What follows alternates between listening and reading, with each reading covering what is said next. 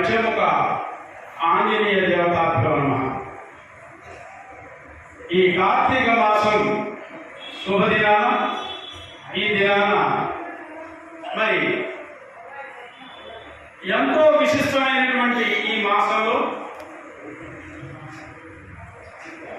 కార్తీక మాసాన్ని పురస్కరించుకొని వనస్థలపురం భక్త సమాజం వారు మరియు పంచముఖ ఆంజనేయ స్వామి దేవాలయం వారు సంయుక్తంగా నిర్వహిస్తున్నటువంటి ప్రవచన సప్తాహంలో మొట్టమొదటి దినం ఈ శుభదినాన మరి ముఖ్యంగా ఈ రోజున కార్యక్రమం 22/10/25 బుధవారం కార్తీక వైభవం. ప్రవచనకర్త శ్రీమతి డాక్టర్ అనంతలక్ష్మి గారు. 22వ తారీఖు తర్వాత 23వ తారీఖున అజామీడోపాఖ్యానం శ్రీ డాక్టర్ కుప్పా శ్రీనివాస శాస్త్రి గారు. తదనంతరం 24వ తారీఖు శుక్రవారం అంబరీషోపాఖ్యానం శ్రీ అన్నంరాజు ప్రభాకరరావు గారు. 25వ తారీఖు శనివారం దామోదర లీల శ్రీ నారుమంచి వెంకట అనంతకృష్ణ శర్మ గారు. 26వ తారీఖున ఆదివారం శ్రీ గజేంద్ర మోక్షం శ్రీమతి పంచాగ్నుల జయశ్రీ గారు. 27వ తారీఖు సోమవారం శ్రీ కాళహస్తీశ్వర మహత్యం శ్రీ సుబ్బన శ్రీరాములు గారు. 28వ తారీఖు మంగళవారం అనగా ఈ ప్రవచన సప్తాహంలో ఆఖరి రోజు శ్రీ పార్వతీ కళ్యాణం మంగళవారం జయవారం. దాన్ని ప్రవచన చేస్తున్నటువంటి వారు శ్రీ చెరువు హరిశ్రీ పినాకపాణి శర్మ గారు. ఈ కార్యక్రమాన్ని శ్రీ పంచముఖ ఆంజనేయ స్వామి దేవాలయ కమిటీ మరియు సభ్యులు, అదేవిధంగా శ్రీ సిహెచ్విఆర్కే మూర్తి గారు, వనస్థలపురం భక్త సమాజం సమన్వయకర్త. ఈ కార్యక్రమాలకి శ్రీ సుబ్బన శ్రీరాములు గారు, ధర్మాచార్య, టీటీడీ సెల్ సహకారం కాలనీవాసులు. మరికొద్ది సేపట్లోనే ఈ యొక్క కార్తీక మాసాన్ని పురస్కరించుకుని ఏర్పాటు చేసేటువంటి పురాణ కార్యక్రమ సప్తాహం ప్రారంభమవుతుంది. దానికి మొదలుగా మాకు అత్యంత ప్రియుడు, ఆత్మీయుడు, మధుర గాయకుడు శ్రీ మొవ్వా బాబురావు గారు కార్తీక మాసంలో ఈ యొక్క కార్యక్రమ ప్రారంభం ముందు ఒక చక్కటి భక్తి గీతాన్ని మనందరికీ వినిపిస్తారు. శ్రీ మొవ్వా బాబురావు గారు.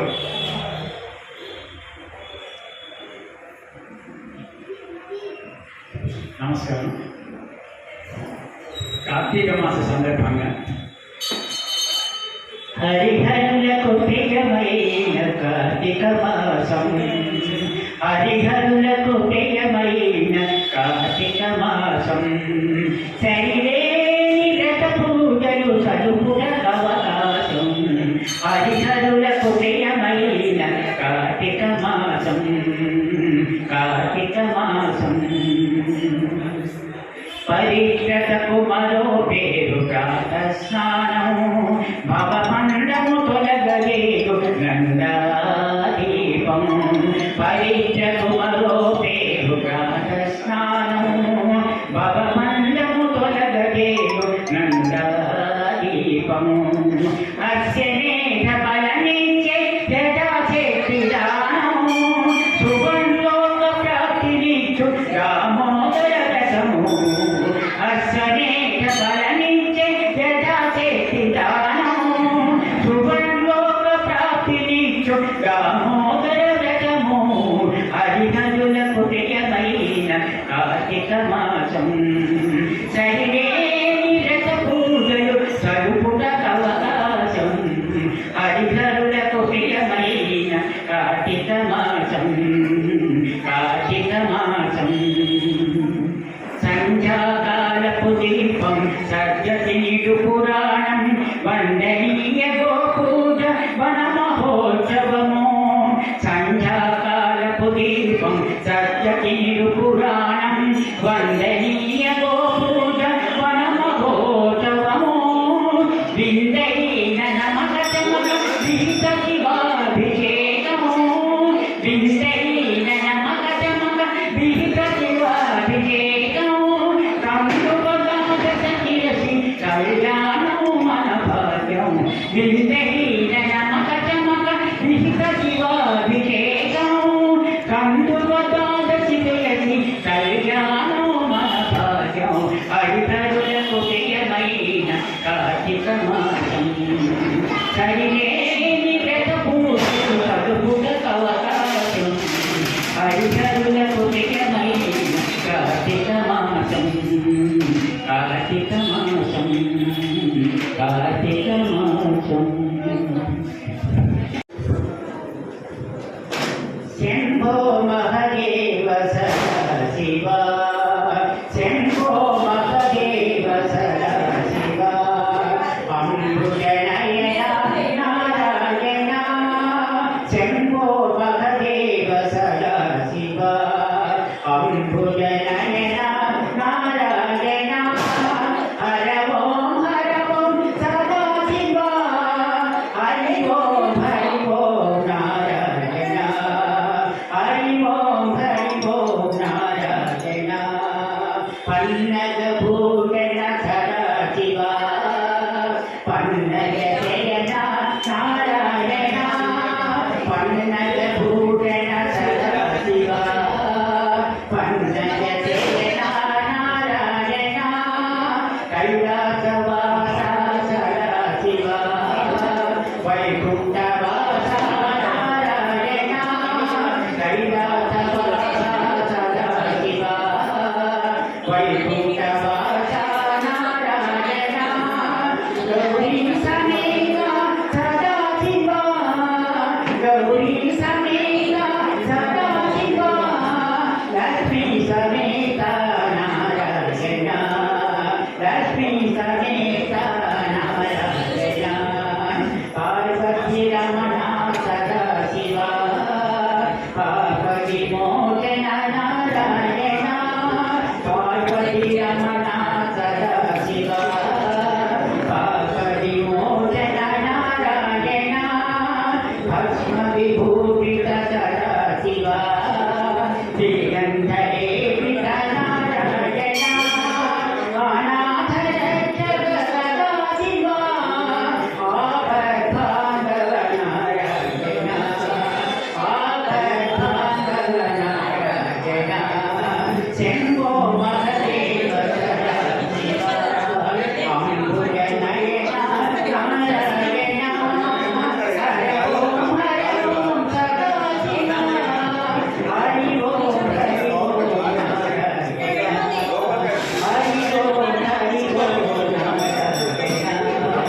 హరి ఓం నారాయణ హరి ఓం నారాయణ పురాణ ప్రవచన సప్తాహ కార్యక్రమం ప్రారంభమవుతుంది. చిన్నారు పాడతాడట చదివించాను. ఓం హర శంకర వందనం దిగంబర వందిత పురందర ఇస్తుదర దురందర హిమాచల ధ్రువందిర ఓం హర శంకర హర హర ఓం హర శంకర వందనం దిగంబర వందిత పురందర ఇస్తుదర దురందర హిమాచల ధ్రువందిర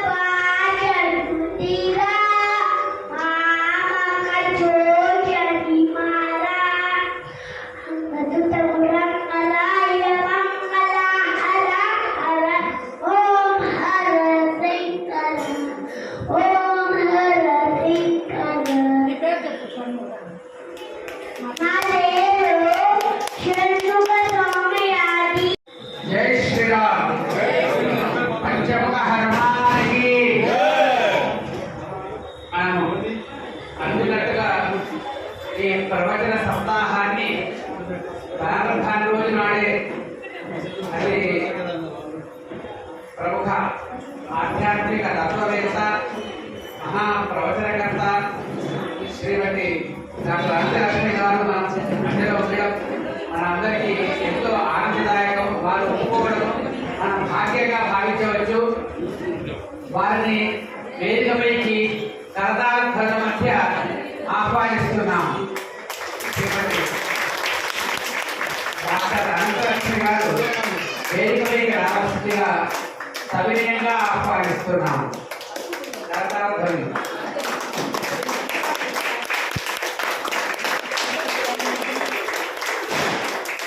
వారి గురించిన పరిచయం ప్రతి ప్రకాష్ గారు చాలా మనకు తెలియజేస్తారు. కార్యక్రమాన్ని ప్రారంభించబోయే ముందు దీప ప్రజ్వలన కార్యక్రమం. ఈ కార్యక్రమానికి మరి యజ్ఞ భగవాన్ గారు, సుబ్బారావు గారు, కార్యదర్శి సుబ్బారావు గారు, తదితర కమిటీ సభ్యులు, శ్రీమతి ఆంధ్రలక్ష్మి గారు, శ్రీశ్రీ మూర్తి గారు, సుబ్బరి శ్రీరాములు గారు దయచేసి వేదిక మీదకి వచ్చి ఈ దీప ప్రజ్వలన ఆనందాలు ప్రభాకర్ గారు, ఎందుకంటే తదుపరి రోజుల్లో ఉపన్యాస చక్రవర్తి వారిని కూడా వేదిక మీదకి వచ్చి ఈ యొక్క దీప ప్రజ్వలన కార్యక్రమంలో పాల్గొనాల్సిందిగా కోరుకుంటున్నాం. ఎందుకంటే ఏ కార్యక్రమానికైనా ముఖ్యమైనటువంటిది మరి మొట్టమొదటిమైనటువంటిది ఈ యొక్క దీప ప్రజ్వలన కార్యక్రమం.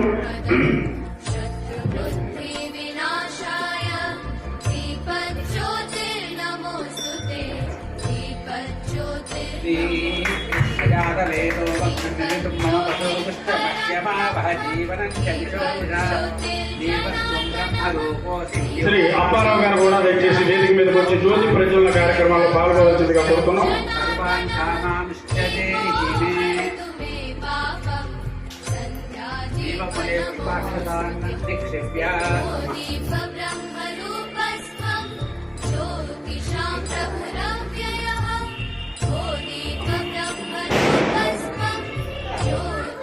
ధన్యవాదాలండి.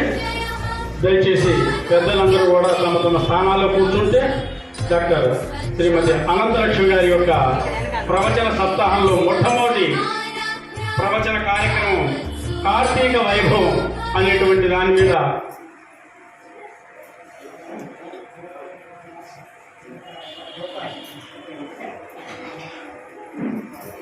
ఈ కార్తీక వైభవం ఒకటే కాకుండా వారు ప్రసంగించే ప్రసంగంలో గోవర్ధన చరిత్ర తదితరమైనటువంటి విశేషాంశాలన్నింటినీ కూడా మరి అమ్మగారు ప్రారంభం చేసి మనకి చెప్పడం జరుగుతుంది. దీని గురించి చాలా క్లుప్తమైనటువంటి పరిచయాన్ని మేము ముందుగా, ఎందుకంటే 6:30 ప్రారంభం కావాల్సినటువంటి కార్యక్రమం మనం ఇప్పుడు 7:30 దగ్గరికి వెళ్తుంది కాబట్టి క్లుప్తంగానే పరిచయ కార్యక్రమాన్ని చూపిస్తాం. ఈ కార్యక్రమంలో మొట్టమొదటిగా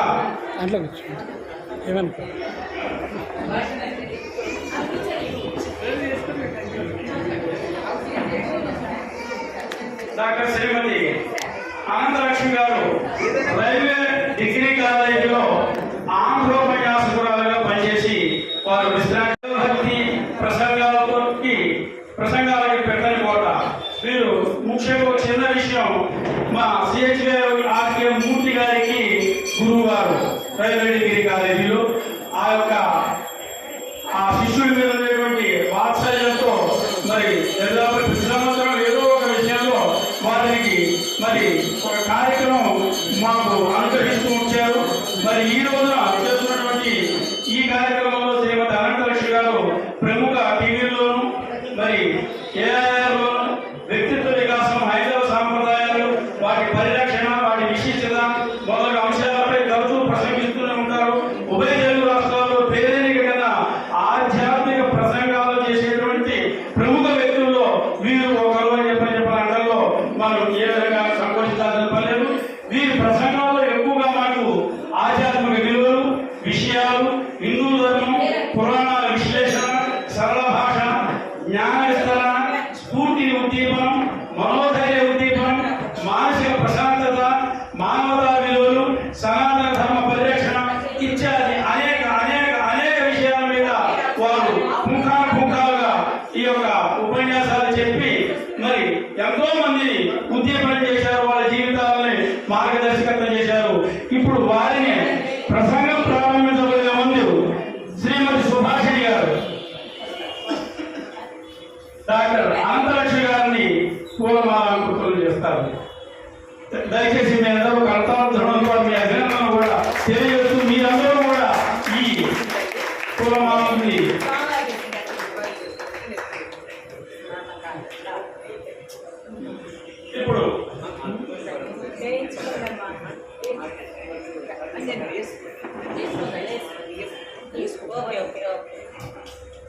మరి ఈ యొక్క ప్రసంగ కార్యక్రమాన్ని మరి కొద్ది క్షణాలలో మనం చూడబోతున్నాం, ప్రారంభించబోతున్నారు. ఎందుకంటే కలియుగంలో నామస్మరణే కరుణోపాయం అనేటువంటిది మరి పెద్దలు చెప్పినటువంటి వాక్యం. ఆ వాక్యంలో ప్రముఖమైనటువంటి దాంట్లో భక్తికి శ్రవణం, మరణం, పాదసేవనం, మరి ఇత్యాది అనేకమైనటువంటి నవభక్తి మార్గాలు ఉన్నాయి. వాటిలో ఒక అత్యంత విశిష్టమైనటువంటి ప్రక్రియ మన ప్రవచన కార్యక్రమాన్ని ఈరోజు వారు మనకు అందిస్తున్నారు. దాన్ని మనం శ్రవణం చేసుకుని మన జీవితాన్ని ధన్యం చేసుకుందాం. ముఖ్యంగా ఈ కార్తీక మాసంలో ఆ కార్తీక దామోదరుడు యొక్క కృపా కటాక్ష వీక్షణాలు మనందరిపైన గంగా జలపాతంలాగా పారాలని చెప్పని మనమందరినీ పుణ్యతులు గావించాలని ప్రార్థిస్తూ శ్రీమతి ఆనందలక్ష్మి గారికి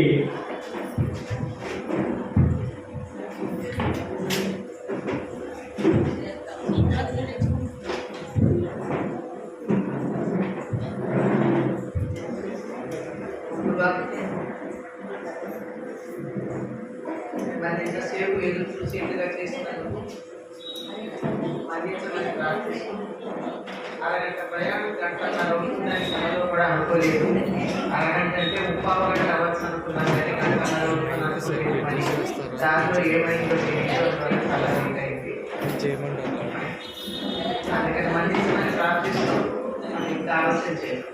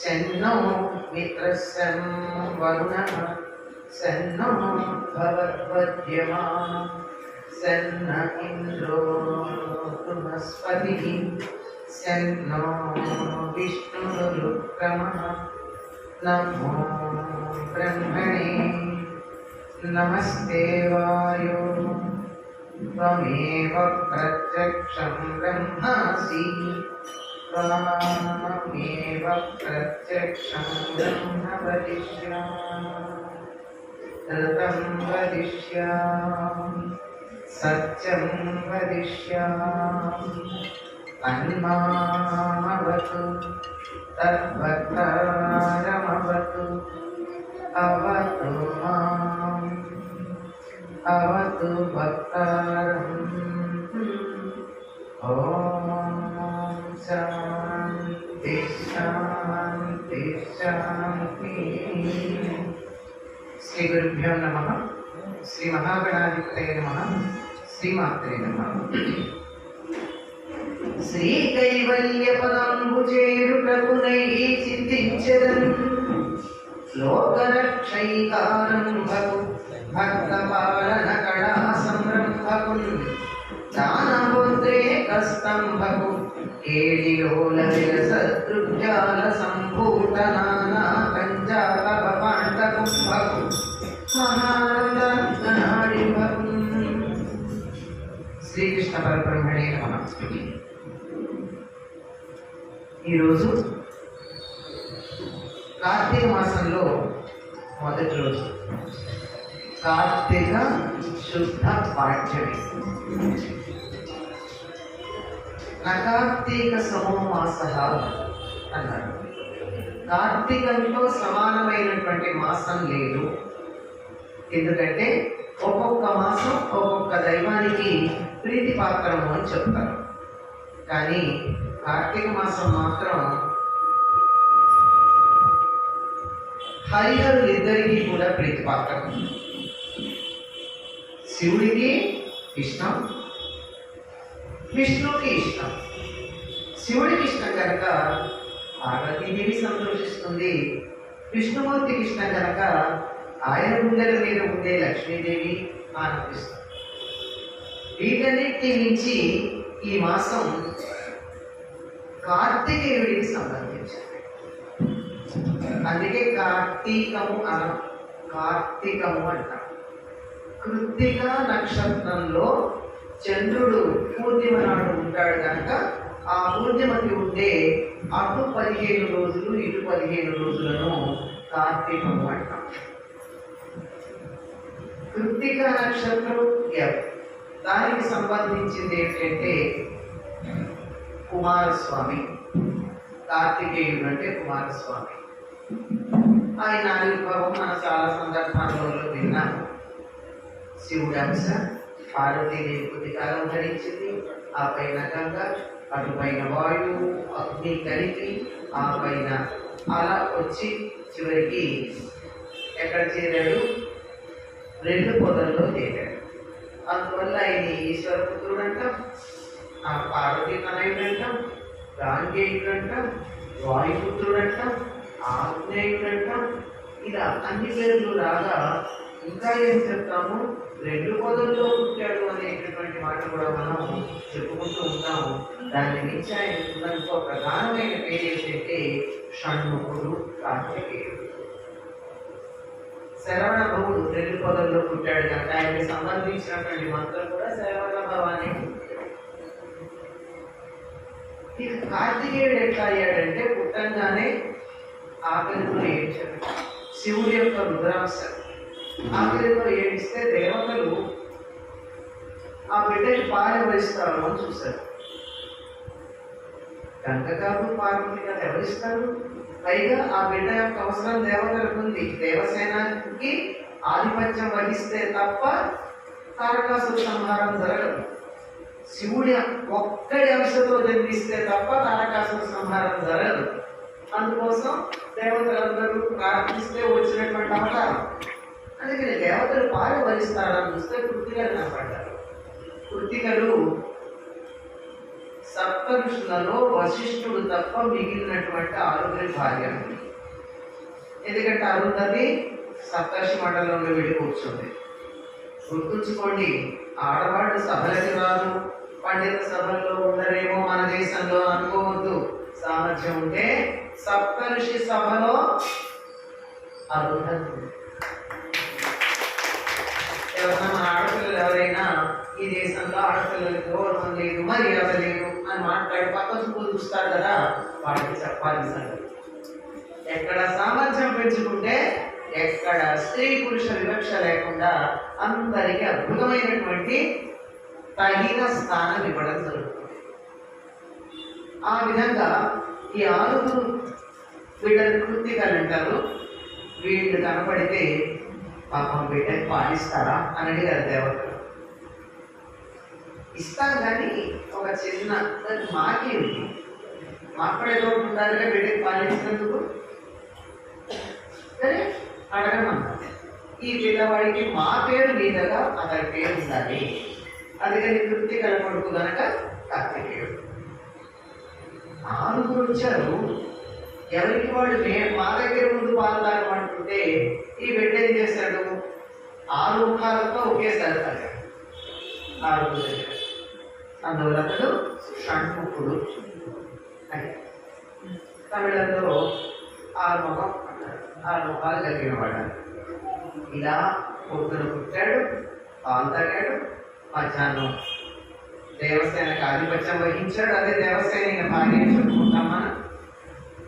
సేనాపతి అంటే సేనకి పతి అంటే సేన ఆడది, ఈయన మగవాడు. ఆ దాంపత్యం కాదండి. రాష్ట్రపతి ఎట్లాగో అట్లాగే సేనాధ్యక్షుడు అని అర్థం. సేనాపతి, పతి, దేవసేనాపతి ఈ పదాలకి వెళ్ళాడు. తారకాసురుడిని సంహరించాడు.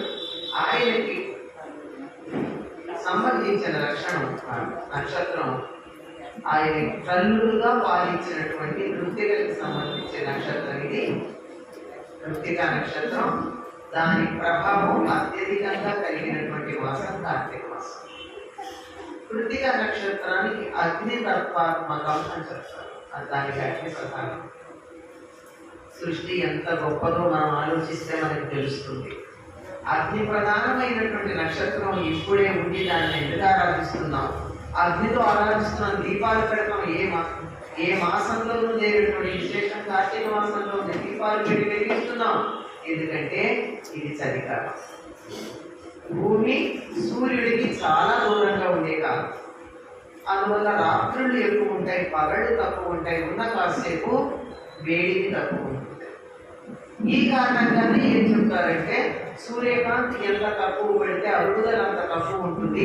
తిక్కంకదండి బాగుంటుంది, చలేస్తూ ఉంటే వేడిగా కారంగా తింటే మహాబాగుంటుంది అనిపిస్తుంది. కానీ ఏమవుతుంది, అది కాస్త కొవ్వుగా పెరుగుతుంది. అందువల్ల ఉపవాసాలు ఎక్కువ చేస్తాం. రాత్రులు ఎక్కువ ఉంటాయి కనుక తెల్లవారుజామున స్నానం చేస్తాం. చలికి శరీరం పగలకుండా ఉండాలి కనుక గోరువెచ్చని నీళ్ళతో స్నానం చేస్తాం. గోరువెచ్చని నీళ్ళు అంటే ఎలా తెలుస్తుందండి? నాకు ఎంత వేడైనా సరిపోతుంది కదా అంటారేమో. అందుకని నదుల్లో చేయమన్నారు, చెరువుల్లో చేయమన్నారు, బావి నీళ్ళతో చేయమన్నారు. కానీ అది మనకు అంత భాగ్యనగర వాసులకే కదండి. కదా అంచేత ఆ వేడి ఎంత ఉంటుందో అంత వేడిగా, అంటే మనం ఇలా చెయ్యి పెడితే అని చలికి వణకకుండా ఉంటే అంత వేడిగా అంతే. దీనివల్ల సుఖం ఏమిటో తెలుసా? క్రీములు రాసుకోవాలి కదా. ఆ మాత్రం వేడి నీళ్ళతో స్నానం చేస్తే ఒళ్ళు పగలదు. అంతకన్నా ఎక్కువ వేడి నీళ్ళతో సూర్యోదయం అయిన తర్వాత స్నానం చేస్తే ఒళ్ళు పగులుతుంది. సూర్యోదయానికన్నా ముందే గోరువెచ్చని నీళ్ళతో స్నానం చేసినట్టయితే ప్రయత్నం చేసి చూడండి. సరదాగా అన్నాను, ఎందుకంటే కష్టపడతారు కనుక సరదాగా ఇష్టం ఉండదు. ఈ ప్రయత్నాలన్నీ సరదాగా చేద్దాం, కంపల్సరీగా చేస్తే ఇబ్బందిగా ఉంటాయి. చేసి చూడండి ఎంత హాయిగా ఉంటుందో. ఎటువంటి క్రీములు మొదలైనవి అప్లై చేయాల్సిన పనులను శరీరం మాత్రమేనా, పైకి చర్మం పగులుతోంది అంటే లోపల రక్తనాళాలకు కూడా అటువంటి విరిసెక్కే లక్షణం వస్తుంది. అది కూడా నార్మలైజ్ అవ్వడానికి, బయట వాతావరణానికి మన లోపల ఉన్న వాతావరణానికి ఒక రకమైన అనుసంధానం కలగడం కోసం చేసేటటువంటి పని సన్నీళ్ళ స్నానం. అది కూడా సూర్యోదయానికి ముందు. దానికి ఏం చెప్పారంటే పెద్దలు, సూర్యోదయానికి ముందు అగ్నిదేవుడు వరుణదేవుడు దగ్గర కలిసి ఉంటాడు. అందువల్ల ఆ నీళ్లతో కనుక స్నానం చేసినట్టయితే ఆరోగ్యంగా ఉంటుంది. సూర్యోదయం తర్వాత చలి ఎక్కువ ఉంటుంది, గమనించండి. తెల్లారుజామున అంటే అలవాటు రగ్గులోంచి బయటికి రావడానికి కొంచెం ధైర్యం చేస్తే చాలా, అంతకన్నా ఇంకేమంటారా. అందులోంచి బయటకు వచ్చి చూడండి, తెల్లవారుజామున అంత భయంకరమైన బొడ్డు చలి ఉంటుంది. సూర్యోదయం అయిన కొద్దీ పెరుగుతూ ఉంటుంది.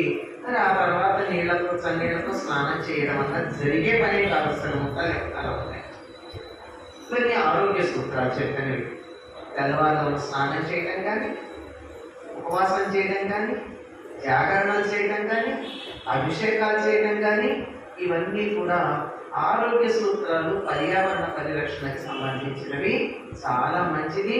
శాస్త్రీయంగా వీటన్నిటి గురించి చెప్పుకుంటాం. ఇటువంటి పరమ పవిత్రమైన, అంతమంది దేవతలకు ప్రీతిపాత్రమైనటువంటి కార్తీక మాసంలో ప్రతిరోజు మనకి చాలా విలువైన. ఈ చెప్పే విలువైనటువంటివన్నీ కూడా మనకి ఈ రోజు నుంచి మొదలు కార్తీక శుద్ధ పాడ్యం నుంచి తర్వాత పూర్ణిమ తర్వాత ఏం కనపడదు. దీనికి కారణం ఏమిటి? కార్తీక పురాణం చూడండి, పూర్ణిమ తర్వాత ఏ విశేషాలు ఉండవు. అంతవరకే మనకి ప్రతిరోజు ప్రాశస్త్యం ఉంది. ఎందుకంటే మనకి కార్తీక మాసం దీపావళి మర్నాడు మొదలవుతుంది. ఉత్తర దేశంలో అంతకు ముందు పౌర్ణమికే మొదలైంది. అందువల్ల మనకి సంస్కృతంలోను హిందీలోను ఉండే పుస్తకాల్లో నరక చతుర్దశి, ధనత్రయోదశి ఎప్పుడు ఉంటాయని చెప్తారు. ఆశ్వయుజ, కృష్ణ, త్రయోదశి నరత్రయోదశి అని మనం అనుకుంటాం. వాళ్ళు కార్తీక కృష్ణ త్రయోదశి అని రాస్తారు. ఎప్పుడన్నా అనుమానాలు వచ్చాయి, మాకు చిన్నప్పుడు వచ్చేవి. ఎందుకంటే వాళ్ళకి 15 రోజుల ముందు మొదలవుతుంది ఈ నెల. ఏ నెల అయినా అంతే. తమిళులకు మనకన్నా 15 రోజుల తర్వాత మొదలవుతుంది. మధ్యలో ఉంటాం. We are the bridge to south and north. Telugu వాళ్ళు ఆ సంగతి మనం ఇప్పుడు గుర్తుంచుకోవాలి. ఆ విధంగా ధనత్రయోదశి దగ్గర నుంచే మొదలు అలా మొదలుపెట్టినటువంటివన్నీ కూడా ఒక్కొక్క రోజు ఒక్కొక్క పరమ పవిత్రమైనవిగా ఉంటాయి. మనం అనుసరించేటటువంటిది కార్తీక మాసం, మనకి దీపావళి తర్వాత వచ్చేటటువంటి అమావాస్య మర్నాటి నుంచి. నిన్న అమావాస్య ఉంది, అందువల్ల కార్తీక మాసం కాదు, ఇవాళే మొదటి కార్తీక మాసం పాఠ్యం వచ్చింది. సరే, ఈ సంగతి చెప్తాను. దానికన్నా ముందు హరిహరులకి ప్రధానం అని చెప్పుకున్నాను కదా. స్కాంద పురాణంలో ఉన్నటువంటి కార్తీక మహాత్మ్యం ఏ పురాణం కాదండి. కార్తీక పురాణాలు ఇవన్నీ కూడా ఇక్కడ ప్రత్యేకమైన పురాణాలుగా ఉండవు. 18 పురాణాల్లో ఆ మాస మహాత్మ్యాలు చెప్పండి ఏవైతే ఉన్నాయో వాటన్నిటినీ సేకరించి ఒక చోట పెడతారు. అలా స్కాంద పురాణాంతర్గతంగాను కొంత శివపురాణంలోనూ ఉన్నవన్నీ కూడా మన కార్తీక పురాణం పేరుతో చదువుకుంటూ ఉంటాం. అందులో ఎక్కడన్నా శివుడి ప్రాధాన్యం ఉందండి. అన్ని సారగ్రామము, విష్ణువు ఇత్యాదులే ఉన్నాయి. మరి కార్తీక మాసం అంటే శివుడికి అభిషేకాలు ఆయన ఇష్టం అంటారు కదా, ఇది ఎక్కడ వచ్చింది? తర్వాత కాలంలో ఎలాగో కొట్టుకుంటారు మనుషులు, అడ్డబొట్లు నిలువు బొట్లు, ఈ రెండు కలిసి మరొకటి ఇలా కొట్టుకుని మేము చెప్పే పద్ధతిలో మేము చెప్పే కొంచెం సున్నితంగా అర్థమవుతుందని వ్యాస మహర్షి మనకు అందించినటువంటి పురాణాల్లో చూస్తే పద్మ పురాణంలో శ్రీకృష్ణుడు సత్యభామకి చెప్పినటువంటి కథలన్నీ శివపరంగా ఉంటాయి. అర్థమైందండి? ఎవరు చెప్తాడు శివుడి ప్రాధాన్యం? మరి కార్తీక మాసంలో శివుడి యొక్క ప్రాధాన్యం చెప్పినవాడు ఎవరు? శ్రీకృష్ణుడు. అందులో ఎవరికి? సత్యభామాదేవికి. మరి ఇప్పుడు ఇద్దరికి ప్రాధాన్యం ఉందని అర్థమైందా? పిల్లలు అప్పుడప్పుడు అడుగుతూ ఉంటారండి, కుర్రాళ్ళ కొద్దిగా ఆలోచనలు వస్తూ ఉంటాయి. ఏదో తర్కం అంటారు, హేతువాదం అంటారు. అలా అడిగినప్పుడు మీరంతా శివాభిషేకాలు చేస్తారు కదా కార్తీక మాసంలో. కార్తీక పురాణం చదివితే అంతా విష్ణువు గురించి ఉండదు, శివుడి పేరే లేదు, నాకేం బాగాలేదు, ఎక్కడో ఏదో తేడా కొడుతుందంట. ఈ రోజు కూడా చూస్తే మనకు అర్థం. ఆ విధంగా శివ విష్ణువులు ఇద్దరికి కూడా హరిహరులు ఇద్దరికి ప్రీతిపాత్రమైనటువంటి ఈ మాసంలో మనం మొదటి రోజు నుంచి లెక్క కనుక చూసుకుంటే ప్రతి రోజుకి ఒక ప్రాధాన్యం ఉంటుంది. అందులో కార్తీక శుద్ధ పాడ్యమికి ఉన్న పేరేంటి? బలిపాడ్యమి, గోవర్ధన పూజ అన్నవి రెండు ఉన్నాయి. బలిపాడ్యం ఏంటి? ఎందుకు బలిపాడ్యం అంటారు? బలిపాడ్యం అంటే ఏం చేస్తారు? ఇప్పుడు ఏం చేయాలి ఈ సమయంలో? నిజానికి ఏం చేయాలి అంటే వామనుడిని పూజించాలి. 3 రోజులు భూమండలం మీద పరిపాలన చేసే అధికారాన్ని బలిచక్రవర్తికి వామనుడుగా త్రివిక్రముడై విజృంభించినటువంటి విష్ణువు ఇచ్చినటువంటి వరం. 3 అడుగుల నేల ఇచ్చాడు. తాను, తన వంశము, తన రాజ్యము సమస్తం నశిస్తుందని తెలిసిన, గురువు గారు వద్దని చెప్పిన, మాట మీద నిలబడి 3 అడుగులు ఇచ్చాడు కనుక 3 రోజుల పాటు భూమండలాన్ని, స్వర్గాన్ని, సరే పాతాళం ఎలాగో ఆయనకి సంబంధించింది, వీటిని పరిపాలించుకునే అధికారం ఇచ్చాడు.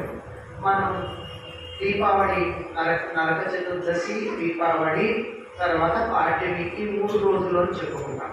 ఈ రోజు ఆయన ఇంటికి తిరిగి పాతాళానికి వెళ్ళిపోయే రోజు. అందువల్ల బలిని పూజించక కనుక బలికి వరమిచ్చినటువంటి వామనుడిని పూజిస్తాం. వామనుడి బొమ్మలు కానీ పూజా విధానం కానీ మనకి ఎక్కడా కనపడుతున్నాయా? అందువల్ల మహావిష్ణువు మహావిష్ణువు మాట మంచిదే. కృష్ణుని పూజించడం చాలా ప్రధానమైంది రోజు. అందుకేనండి ఇది బలిచక్రవర్తికి ప్రధానం కనుక బలిచక్రవర్తి లక్షణం ఏమిటి? అడిగిన వాళ్ళకి అడిగినట్టు అడిగిన దాన్ని దానం చేయడం.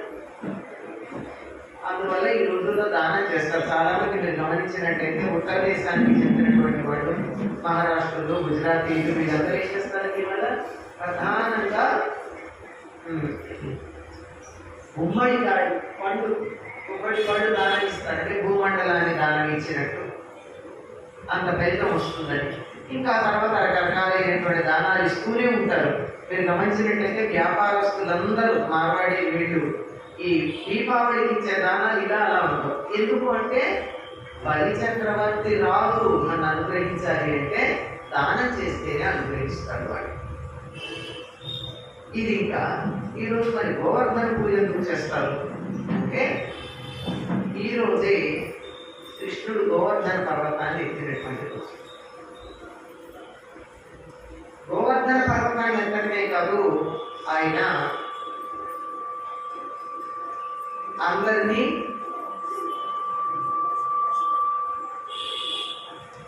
మీ ఇళ్లలో పాయసాలు, అపూపాలు, సైరపు పిండి వంటలు చెప్తాడు.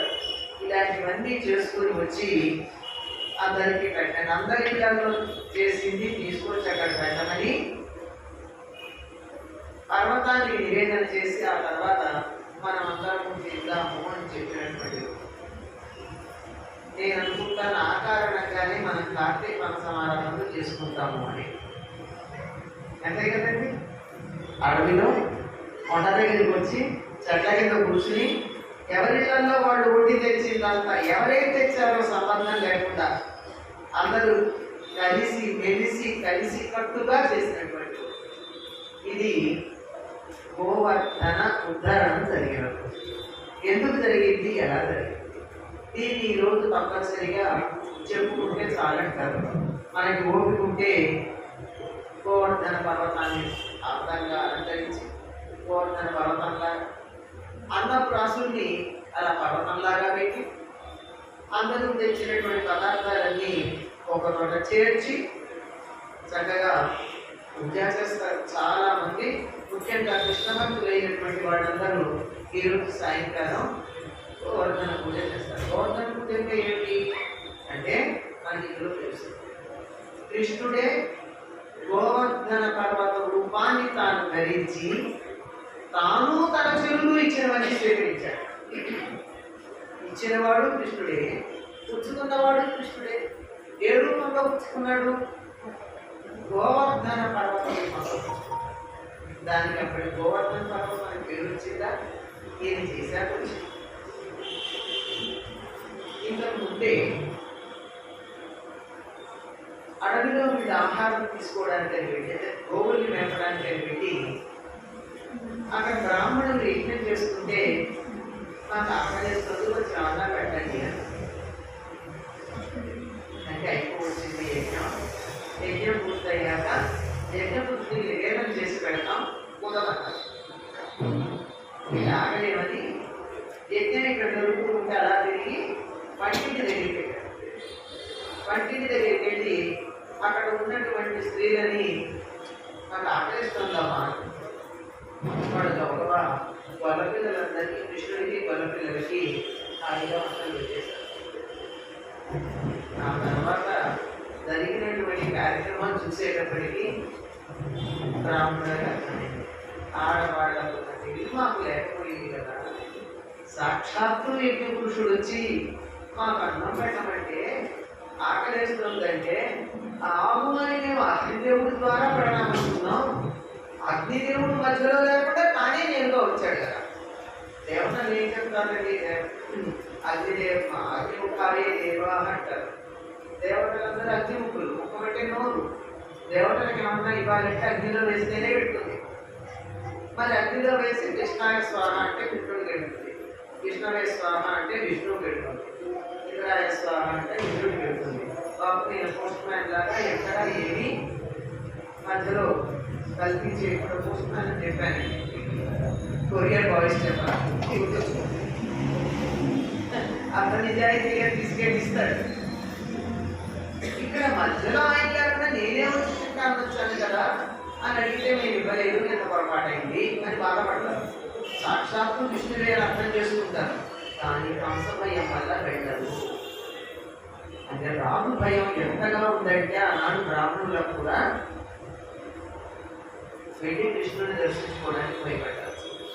అటువంటి సమయంలో ఇంద్రయాగం చేద్దాము అని వాళ్ళందరూ ఆలోచించి ఉపనందుడు మొదలైనటువంటి వాడు, నందుడు, ఉపనందుడు, సునందుడు మొదలైనటువంటి వాళ్ళందరూ నందుడు అక్కడ పెద్దవాడు కనుక పండితులు వచ్చి ఇంద్రయాగం చేద్దాము అని నిర్ణయం చేసుకున్నారు. మాట్లాడుకుంటూ ఉంటే వాళ్ళని చూసి 7 ఏళ్ల పిల్లవాడు అడిగాడు, యాగం చేయాల్సి వచ్చారు కదా మీరు, ఈ యాగం వల్ల ఫలితం ఏమిటి? దీనికి అధికారి ఎవరు? యజ్ఞం చేస్తే యజ్ఞపురుషుడు ఉంటాడు, గణపతి హోమం చేస్తే గణపతి, అయినా యజ్ఞమై విష్ణు అని చెప్తారు కదా. యజ్ఞపురుషుడు ఎవరు? ఇంకా మీరు చేసేటటువంటిది యజ్ఞం శాస్త్రీయమా ఆచారమా? రెండింటినీ శాస్త్రాలు అంగీకరించాయి. శాస్త్రీయం అంటే ఇది ఇట్లా చేయాలని శాస్త్రం నిర్దేశించింది, కొన్ని శాస్త్రాల్లో కనపడదు, తర్వాతది లోకంలో ఆచారం వల్ల వస్తూ ఉంటుంది. లోకాచారం అనేది లోకాచారాన్ని కూడా కొన్ని తరాలుగా వస్తూ దానివల్ల లోకానికి మేలు కలుగుతుందంటే అంగీకరించవచ్చు అని శాస్త్రం ఒప్పుకుంది. అది ప్రధానం. శాస్త్రం ఒప్పుకోకపోతే లోకంలో ఆచారం ఉంది కదా చేసేయకూడదు. ఎప్పటి నుంచో ఇలా ఉందంటే మేము ఇట్లా చేస్తున్నామంటే ఎలా అంటే మా మోహం పాప కర్మాణ అని దేవుడు కూడా ప్రదక్షిణాలు చేయడం లాంటివి చేయకూడదు. ఎంత చేసి మనం పాపులమా అండి? కాదు కదా. మనం చేసిన పూజ అంతా పాపకర్మ. నేను పాపాత్మనా? నా ఆత్మ అంతా పాపమా? మంచాలోచనలు లేవా? పాప సంభవ? నా తల్లిదండ్రులు పాపులా? కాదు కదా. ఇదెందుకు చెప్తున్నాం? ఎవరో ఎప్పుడో మొదలెట్టారు, ఇందులో మంచిగా చెడో తెలియకుండా ఆచరిస్తున్నాం. ఇటువంటివి కాక లోకానికి మేలు కలిగేది, 10 మందికి ఉపయోగపడేది కొన్ని వందల సంవత్సరాలుగా పెద్దల చేత ఆచరించబడుతూ వచ్చింది. ఇప్పుడు చెప్తున్న పాపం లాంటిది 100 ఏళ్ళ నుంచో ఏదో అప్పటి అంత ముందు వచ్చింది. మన పద్ధతిలో లేదు. జగద్గురు శంకర్లు అంగీకరించలేదు, శృంగేరి శంకర స్వామి వారు అంగీకరించలేదు. ఇలా అనడానికి పెద్దలు ఎవరు ఒప్పుకోరు, ఏ గురువు ఒప్పుకోరు. మనకి అన్ని గుళ్ళల్లోనూ అలవాటు అయిపోయింది, ఇళ్లలోనూ అలవాటు అయిపోయింది. నిమిషం పాపలు అని అనుకోవడం ఏంటండి? తప్పు అనుకోండి. ఇలాంటివి కాని ఆచారాలు ఏవైతే ఉన్నాయో అటువంటి ఆచారమా ఇది? చెప్పండి. ఎందుకు చేస్తున్నాము అని అడిగితే శత్రువులకు చెప్పకూడదు, కానీ మనలో మనం చెప్పుకోవచ్చు కదా. నేను పరాయివాడి కాదుగా. మరి మీరందరూ మంచివాడే కదా, చెప్పండి నాకు అంటే వాళ్ళు ఆ పిల్లవాడికి చెప్పారు. చిన్నపిల్లాడు ఏమిటి మాట్లాడకూడదు కదా, సాధారణంగా పిల్లలు పెద్దవాడి దగ్గర మాట్లాడు. రామాయణం చదివితే రాముడు కన్నా మాట్లాడాడు, పిల్లలకి అది చూపించాడు. విశ్వామిత్రుడు నాతో పంపించమంటే మల్లగుల్లాలు పడింది దశరథుడు. వశిష్ఠుడు చెప్తే సరే అన్నాడు. రాముడిని తీసి వెళ్ళమన్నారా? ఉదయించారా? నచ్చ చెప్పారా? ఏంటి తండ్రి అభిప్రాయం కనుక పెట్టాడు. కనీసం ఎప్పుడు తిరిగి వస్తాం, ఎందుకు పెడుతున్నాం అని ఏమన్నా ప్రశ్నించాడా? అస్సలు మాట్లాడిన దగ్గరంటే అంత మొక్క వస్తుంది, ఏమిటి నీళ్లు పట్టుకుని నడుస్తుంది అని విశ్వామిత్రుడిని ప్రశ్నించిన వాళ్ళ ఆశ్రమాల గురించి అడిగాడు తప్ప ఇదేమిటి అని తెలుసుకోవడానికి అడిగాడు కదా తప్ప కాబోయే రాజకుమారుడు కనుక తప్పనిసరిగా తన రాజ్యంలో ఉండే విశేషాలు తెలుసుకోవాల్సిన ధర్మం ఉంది కనుక అందుకోసం అడిగాడే కానీ పెద్దల మాటల్లో జోక్యం చేసుకోలేదు. ఈ ఆలస్యం చెప్పాలి.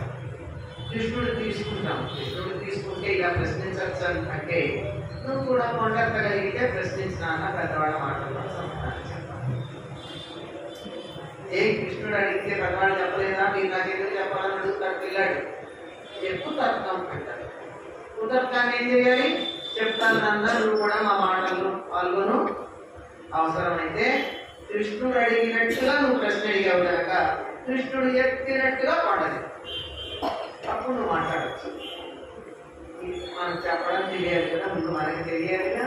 పిల్లలకి సమాధానం చెప్పాలంటే నీకు తెలుసుకుంటాం అంటే అప్పుడు వాడు చెప్తారు, ఎందుకు యజ్ఞం చేస్తున్నామంటే ఇంద్రుడు ఉద్దేశించి చేస్తున్నాము. ఇంద్రుడికి మరో పేరు పర్జన్యుడు. పర్జన్యుడు అంటే మేఘాల మీద ఆధిపత్యం గలవాడు. మేఘాలన్నీ ఆయన చెప్పుచక్కల్లో ఉంటాయి. ఆయన తృప్తి చెందితే వానలు పడతాయి. వానలు పడితే పంటలు పండుతాయి. పంటలతో పాటుగా వచ్చేది ఏంటంటే గడ్డి బాగా పెరుగుతుంది. గడ్డి బాగా పెరిగితే మన పశువులు బాగుంటాయి. అప్పుడు ఉన్నట్లయితే ధర్మార్థకామ ప్రదాయకంగా లోపులు బతకాలి. మోక్షం వ్యక్తిగతమండి. మన జీవన విధానం ధర్మార్థకామాలతోనే ముడిపడి ఉంది. ధర్మం ఆధారంగా అర్థాన్ని సంపాదించి ధర్మంగా సంపాదించినటువంటి అర్థంతో ధర్మబద్ధమైన కోరికలు తెచ్చుకుంటే మోక్షం అదే సిద్ధిస్తుంది. దానికోసం ప్రత్యేక సాధన లేదు. పురుషార్థాల్లో ప్రధానమైంది ఒకే ఒకటి ధర్మమే. దాని రూపం కొంచెంగా అప్లికేషన్లో మారుతుంది అంతే తప్ప ధర్మమే. ధర్మబద్ధంగా అర్థాన్ని సంపాదించాలి, ధర్మబద్ధంగా కామాన్ని తెచ్చుకోవాలి, ధర్మబద్ధమైన కోరికలు తెచ్చుకోవాలి. అప్పుడు మోక్షం అదే సిద్ధిస్తుంది. కనుక ధర్మార్థ కామాలు మనకి చక్కగా తీరతాయి. సుఖంగా ఉంటారు జనులు. అందువల్ల రాజులందరూ ఇంద్రయాగం చేస్తారు. ఒకవేళ ఎవరైనా లోభం వల్ల కానీ, మోహం వల్ల కానీ, మతం వల్ల కానీ చేయకపోతే ఇంద్రుడు వానలు కురిపించడు. దాంతో కష్టం వస్తుంది. మనం యాగం చేస్తే ఇంద్రుడు సంతోషిస్తాడు. ఆయన సంతోషిస్తే వాన పడుతుంది. వాన పడితే కసువు ఉంటుంది. దాంతో గోవులు బాగుంటాయి. గోవులు బాగుందా ఘనమైన పాడి ఉంటుంది. మన మందల్లో పాడి ఉంటే దేవతలు సంతోషిస్తారు. పాడి ఉంటే దేవతలు సంతోషిస్తున్నారంటే మనకి పాడి ఉంటుంది. మనం చేసే యజ్ఞయాగాది క్రతువులన్నిట ఆవు నెయ్యి, ఆవు పాలు, ఆవు పెరుగు, ఆవు పంచితము, గోమయము 5 వాడుతాం. అందులో వేసే పిడకలు గోమయంతో చేసింది. శుచి కోసం గోపంచితం వాడతాం. పాలు, పెరుగు, నెయ్యి గోపే. గోపు అంటే మూపులో ఉన్న గోసుమ, ఇలా ఉన్న గోపు కాదు, జెర్సీ గోపు కాదు, దానికన్నా గీతనైన చేత. అప్పుడు మనం యజ్ఞం చేస్తే దేవతలు సంతోషిస్తారు. అంటే ఒక మాట చెప్తాడండి, అందరూ మనం ప్రత్యేకంగా గుర్తుపెట్టుకుని రోజు ఒకసారి కలుసుకోవాల్సిన పద్యం. కర్మమున పుట్టు జంతువు కర్మములను వృత్తి పొందు, కర్మమున చెడు. కర్మమే జనులకు దైవత, దైవం అని కూడా ఉంది కొన్ని పాఠాంతరాల్లో. కర్మమే జనులకు దైవము, కర్మమే సుఖ దుఃఖములకు కారణమని. దేవుడు అంటే ఎవరు కాదండి, కర్మ మాత్రమే. కర్మ అంటే నా కర్మ పుట్టి పలుకుతాం, ఆ కర్మ కాదు. కర్మ అంటే చేసిన పని. మనం చేసేటటువంటి ఒక పని వల్ల ఇప్పుడు పుట్టాం. మనం క్రితం జన్మలో చేసిన పని వల్ల ఇప్పుడు పుట్టాం. కర్మమున పుట్టు జంతువు, కర్మ కారణంగా పుట్టాం.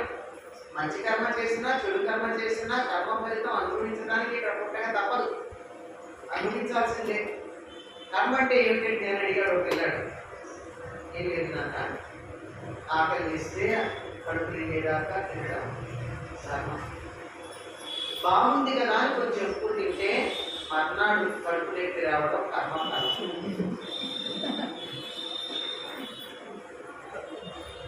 ఆకలి తీరడం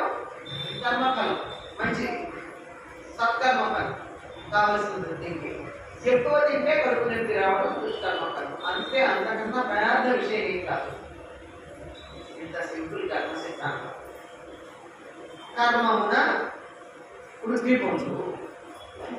గాలి పీల్చడం లాంటి కర్మలు, అన్నం తినడం లాంటి కర్మలు చేస్తేనే కదా శరీరం పెరుగుతుంది. కర్మమున చెడు, చెడ్డ పనులు చేస్తే రోగాలు వచ్చి ఇబ్బంది పడుతున్నాం, చెడిపోతున్నాం. అందువల్ల జనులకు దైవం ఎవరయ్యా అంటే కర్మమే, తను చేసిన పని.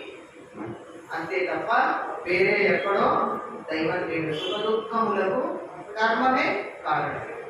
మనం సుఖపడ్డామన్నా దుఃఖపడ్డామన్నా కర్మే కారణం. దైవం అంటే ఎవరో కాదండి, కంప్యూటర్లో ఫిట్ చేసి పెట్టిన బై డిఫాల్ట్ ఉన్నటువంటి ఒక ప్రోగ్రామ్ అంతే. మనం చేసే పనులు ఆటోమేటిక్గా అందులో ఫీడ్ అవుతూ ఉంటాయి, డేటా ఎంట్రీ అయిపోతుంది. ఎప్పుడు ఏ రిజల్ట్ ఇవ్వాలన్నప్పుడు ప్రాసెస్ చేసేస్తుంది.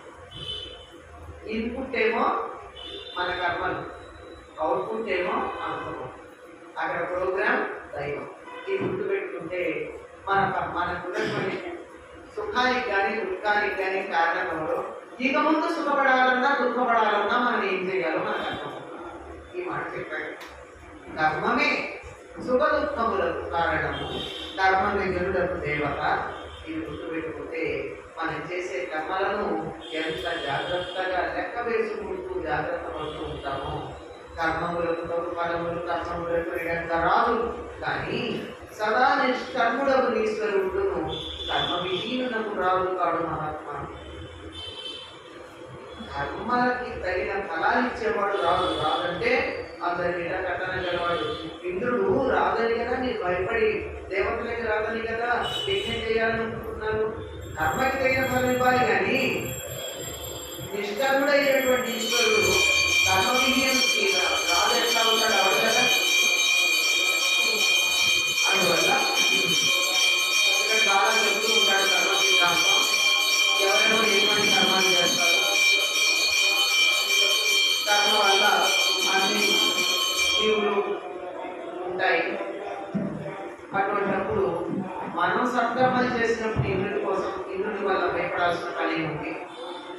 మన పూర్వజన్మలో చేసిన కర్మలు అవి కుప్పలుగా ఉంటే వాటిని చక్కగా ఎటువంటి ఫలితం ఇవ్వాలో ఆలోచించి చెప్తాడు అని చెప్పి ఇంకా ఎవరెవరు ఏ కర్మలు చేస్తారో కర్మ వివరాలని చెప్పుకుంటూ వస్తాడు. బ్రాహ్మణ, క్షత్రియ, వైశ్య, శూద్ర వర్ణాలు. ఇక్కడ మళ్ళీ క్లారిటీ ఇస్తున్నాం. చాలా మంది చెప్పే ఉంటారు, అయినా మనసులో మరొకసారి పడేసుకోండి ఈ విషయాన్ని పిల్లలకి చెప్పడానికి. మనకి పూర్వకాలం కుల వ్యవస్థ లేదు, మనకి ఉన్నది వర్ణ వ్యవస్థ. వర్ణములు 4: బ్రాహ్మణ, క్షత్రియ, వైశ్య, శూద్ర. చదువు చెప్తా, యజ్ఞాలు చేస్తా, చేయిస్తా, ఎవరైనా దానం ఇస్తే కూర్చుంటా. ఎందుకంటే దానంతో పాటు వాళ్ళ పాపకర్మలన్నీ వస్తాయి మనకి. కూర్చుకుంటా, దాన్ని నివారణ చేసుకుంటా గాయత్రి మంత్రంతో. నా దగ్గర ఉంచుకోకుండా నన్ను ఎవరికైనా ఇచ్చేస్తా అన్నవాడు బ్రాహ్మణుడు. చదువుకుంటా, యజ్ఞాలు చేస్తా, చదువు చెప్పడం, యజ్ఞం చేయించడం నా వల్ల కాదు, మిమ్మల్ని అందరినీ రక్షిస్తా అన్నవాడు క్షత్రియుడు. Thinkers, administrators. ఆయన అరిస్టాటిల్ చేసినటువంటి డివిజన్. మూడోది, మీకు కావలసినటువంటి సొమ్ములు ఆహారాలు నేను అందిస్తా, మీరు మంచి మాటలు చెప్పండి, మీరు మమ్మల్ని రక్షించండి అన్నవాడు వైశ్యుడు. కృషి మొదలై గోపాలన అంటే ఆవుల్ని పాలించడం, వ్యవసాయం చేయడం, వ్యాపారం చేయడం, ఉద్యోగి ఇవన్నీ వైశ్యుడు. నేనేం చేయనండి, నేను వాడను, అక్కడ దాచుకున్నా స్విస్ బ్యాంక్లో కాపర్లో అన్నవాడు thinkers, executors, financiers and diverse. ఇది మనసు వాడు. వీళ్ళెవరో మీకు చెప్తాను ఎప్పుడైనా కావాలంటే. ఎలక్షన్స్ వస్తే సేమ్ బ్యాచ్ కాంగ్రెస్ పార్టీ మీటింగ్లో ఉంటారు, బీజేపీ మీటింగ్లో ఉంటారు, టీఆర్ఎస్ మీటింగ్లో ఉంటారు, కమ్యూనిస్ట్ పార్టీ మీటింగ్లో ఉంటారు. ఇంకేదన్నా పార్టీ మీటింగ్ పెడితే వాళ్ళే పెడతారు. ఎందుకంటే ఇది వాడదు, వాళ్ళకి ప్యాకెట్లు నొప్పుతారు. ఇలా బుర్రను వాడేసి వాడు మాత్రమే. ఆలోచన చెప్పేటటువంటి వాళ్ళందరూ బ్రాహ్మణులు. ఒక పార్టీ ఉన్నా, ఒక దేశం ఉన్నా ఆలోచన చెప్పేవాళ్ళు బ్రాహ్మణులు. వాడు రాజ్యపాలన చేయరు, సలహాలు ఇస్తారు. సలహా తీసుకుని చేసేటటువంటి వాళ్ళు క్షత్రియులు. వీళ్ళంతా అడ్మినిస్ట్రేషన్, యుద్ధాలు, ఇవన్నీ మేము ఏం చేయడానికి కావాల్సిన ఫండ్స్ ఇస్తామన్నటువంటి వాళ్ళు వైశ్యులు. ఏం కాదు, మీరు ఏం చెప్తారు చేస్తా, కూర్చోమంటే కూర్చుంటా, నాకు తిరిగి మాత్రం పెట్టాను. ఇది వర్ణ వ్యవస్థ. ఈ వర్ణాలలో ఎవరెవరు ఏం చేయాలో స్పష్టంగా చెప్పబడి ఉన్నది. జగత్తు ఉత్పత్తిలైన కారణాలైన కారణంగా ఈ జగత్తు రజోగుణం వల్ల జన్మిస్తుంది. రజోగుణ ప్రేరితాలయ్యే వర్షం పడుతుంది, మేఘాలు వర్షిస్తూ ఉన్నాయి, ప్రజావృత్తి కూడా దాని వల్లే అవుతుంది. ఇంద్రుడు ఏం చేస్తారు మధ్యలో? మీరు అనవసరంగా ఇంద్రుడిని సంతోష పెట్టడం కోసం యజ్ఞం చేయక్కర్లేదు అంటారు. పైగా ఇంద్రుడు కోపం వస్తుందంటారా? ఆయన కోపడాల్సిన అవసరం ఏముందమ్మా? కోపింపం పనిలేదు శత్రుడికి. ఆ ఇంద్రుడికి మన మీద కోపడే పని ఏముంది? ఒకవేళ కోపం తెలుసుకున్నాడు అనుకో, దానివల్ల నష్టమే ఉంది. విక్షేపంపై ఏమిటి పట్టణములు, గేహములు, దేశములు, వ్యాపారములు మీకు పోయేది. మీకేమన్నా ఆయన మీ ఇళ్ళు కానీ, మీ వ్యాపారాలు కానీ, మీ రాజ్యాలు కానీ ఏమన్నా తీసుకుపోతాడు కానీ ఏమున్నాయి గొల్లలకి? ఏం లేవు. గొల్లలంటే మళ్ళీ కులం కాదండి. గోవులను పాలన చేయువాడు గొల్ల, అంతే దానికి అర్థం. కోపకుడు ఏ వర్ణంలో ఉన్నా వాడు ఆవుల్ని పెంచడం మాత్రమే నా వృత్తి అంటే ఆయన కోపకుడు, అంతే. మరి యాదవుడు అంటారు కదా, యదువంశానికి చెందిన వాడు యాదవుడు, అంతే. అంతేగాని గొల్లలందరూ యాదవులు కాదు, యాదవులందరూ గొల్లలు అంటే ఇది ఆడ తెలియక ఒక పదం వాడితే ఒక ఈనాడు ఉన్నటువంటి అర్థంలో వాళ్ళని మనం గుర్తిస్తున్నాము అని పొరపాటు పడేటటువంటి అవకాశం వస్తుంది, అంతే. కనుక మనకి పోయేది ఉంది ఏం లేదు కదా. ఎక్కడ పచ్చిక బాగా ఉందో, ఎక్కడ నీళ్లు ఉన్నాయో అక్కడ మనం భూములు తీసుకుని వెళ్ళిపోతాం. మనకి పోయేది ఉంది, ఏ సమస్య లేదు అక్కడ. అంతేకాదు మరి ఏదో ఒకటి తెలియాలనుకున్నాం కదా, సరదాగా ఉండాలి కదా. పంటలు ఇంటికి వచ్చేసాయి, కాస్త సంతోషంగా కాలం గడపాలి అనుకున్నారు కదా. అందుకని ఏం పని చేస్తారు? అందువల్ల ఏం చేస్తారంటే అక్కడ ఉన్నటువంటి ఇంద్రయాగానికి ఏం వస్తువులు తెప్పిస్తారో అవన్నీ తెప్పించండి. తెప్పించి పశువులకి, కొండకి, బ్రాహ్మణులకి పూజ చేయండి. అది చేస్తే మంచిది. ఇంద్రయాగానికి ఏం తెప్పిస్తారని తెప్పించండి. ఇంట్లో పాయసాలు, అపూపాలు అంటే అప్పాలు, నీటి వంటలు, కసగస కొరుకు తినేవాడి. పాయసాలు అంటే తాగే పిండి వంటలు, కరకరా తినేవి. కొరుకు తినేవి కాదు, కరకరలాడుతూ తినేవి. అంటే అప్పాలు అనుకోండి, అప్పాలు, పూరీలు అలాంటివి. కారపూస, ఇవన్నీ పిండి వంటలు. అన్ని తేడా ఉన్నాయి కదా. ఇలాంటివన్నీ రకరకాల పప్పులు, ఇవన్నీ కావాల్సినవి. కూరలు, పప్పులు, వంటలు, ఎవరికి ఏది వండుకుంటే చేసేయండి. అవన్నీ తీసుకొచ్చి కొండ దగ్గర పెట్టండి. కొండకి నివేదన చేశాక ముందు బ్రాహ్మణులు పెట్టండి. ఆ తర్వాత ఏం చేయాలో తెలుసా? చండాల సునక సంహతికి తగిన పక్షముల నిండు చండాలు పెట్టండి. చండాలు అంటే గ్రామం బయట నివసించేవాడు. గ్రామంలోకి రావడానికి అనుమతి లేని వాడు, వాడు ఉంటే ఎట్లాంటి, అందువల్ల వాడు ఏం పనికిరాని వాడని కాదు. ఆ వృత్తి చేసేవాడు ఉంటే కదా మనం సుస్థిర గ్రామాల్లో ఉంటున్నాం. పైగా గ్రామాలకు ఆనుకుని చచ్చిపోయిన జంతువుల్ని పట్టేసి వాటిని పాడి అవతల పడేసేటటువంటి వాడు గ్రామాలను ఆనుకున్నటువంటి చిన్న చిన్న పల్లెల్లో ఉంటారు. అక్కడ ఉన్నటువంటి వాడికి గ్రామాల్లో, పట్టణాల్లో ఉండే ఆహారాలు, నాగరికమైన భోజనాలు తెలియవు కనుక అవి తయారు చేసి వాళ్ళకి పెట్టారు. ఆ తర్వాత కుక్కలు మొదలైనటువంటి వాటన్నిటికీ మంచి కొమ్మలాడే నేతిలో చేసినటువంటి గోధుమతో చేసినటువంటి వంటలు పెట్టండి. ఇది ఎంతటి సర్వ సమభావం చూడండి. అయ్యాక కసవులు, పశువులకి మంచి గరిక వాటంతా మీ కొడుకు తింటారు కాకుండా తీసుకొచ్చి గడికి అవి కొరకాల్సిన పని లేకుండా ఇవ్వండి.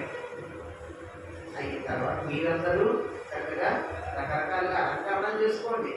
దాని నాకు పూలు ఆడవాళ్ళకి చెప్పాలనుకుంటున్నారా? కాదని అందరికీ చెప్పినమాట. నా రోజుల్లో అందరికీ పెద్ద పూలు ఉండేవి. చుట్టూ ఎవరు కత్తిరించుకునేవాడు కాదు.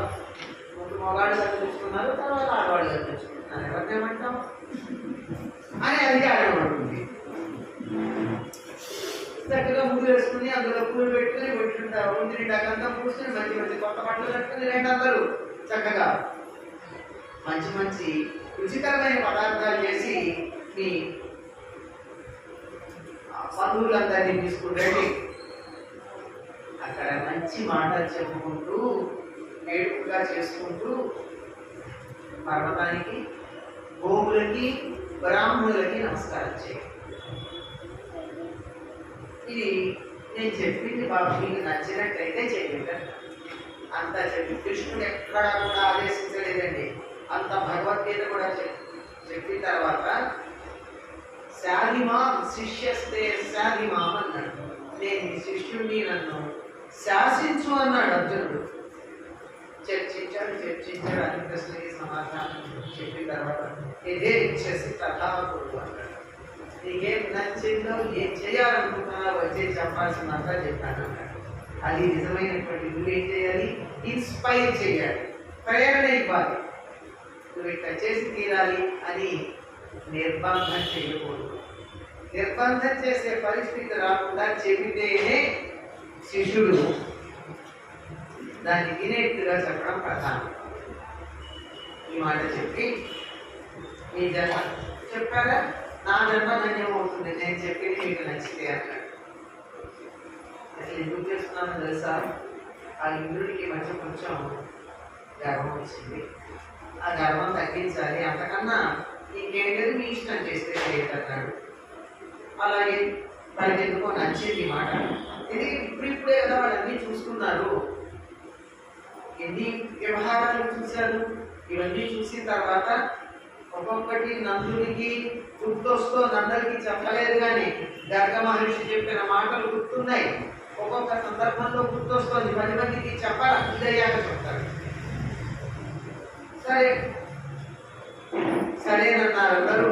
మర్నాడు వాళ్ళు అన్ని పిండి వంటలు అవన్నీ చేసి తీసుకొచ్చారు. ఈ దక్కనం చేసిన ఆయన ఎవరో తెలుసా అంటే అన్ని వంటలు ఇక్కడికి వచ్చాయా లేదా అని చూసిన ఆయన ఎవరో తెలుసా? బలరాముడు. అన్నదమ్ములు ఇద్దరు అన్నీ చేశారు. ఇదంతా అందరూ అక్కడ ఉంటే చెప్పాడు, ఈ పర్వతము కామరూపి, మంచివాళ్ళని మేలు చేస్తుంది, చెడ్డవాళ్ళను శిక్షిస్తుంది కూడాను. నీకు ఇష్టమైనటువంటివన్నీ వీటిని నివేదన చెయ్యండి అని తాను ఆ పర్వత రూపంలో ఉండి వీళ్ళు పెట్టినటువంటివన్నీ తీసుకున్నాడు. ఏదైతే నివేదన చేశారు?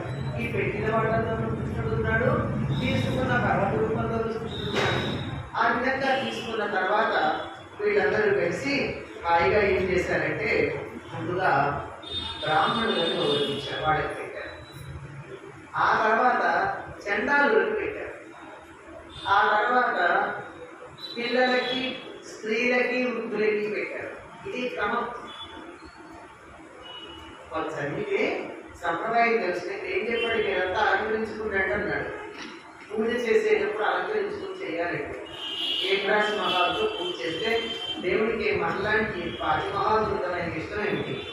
ఆయన తన అన్ని అలంకారాలు చేస్తూ మనం చింపిలు చుట్టూ సినిమాలు పెడపేసుకుని పూజ చేసినట్టు చూపిస్తారు. తలకాయ పెట్టుకుంటారు, పూజ చేయకూడదు. సినిమాలు ఎంత పాడు చేస్తున్నాయో మరి సంప్రదాయానికి వ్యతిరేకంగా అనేకం ఉన్నాయి, అందులో ఇది ఒకటి. అలాగా చక్కగా అలంకరించుకుని చేయాలి.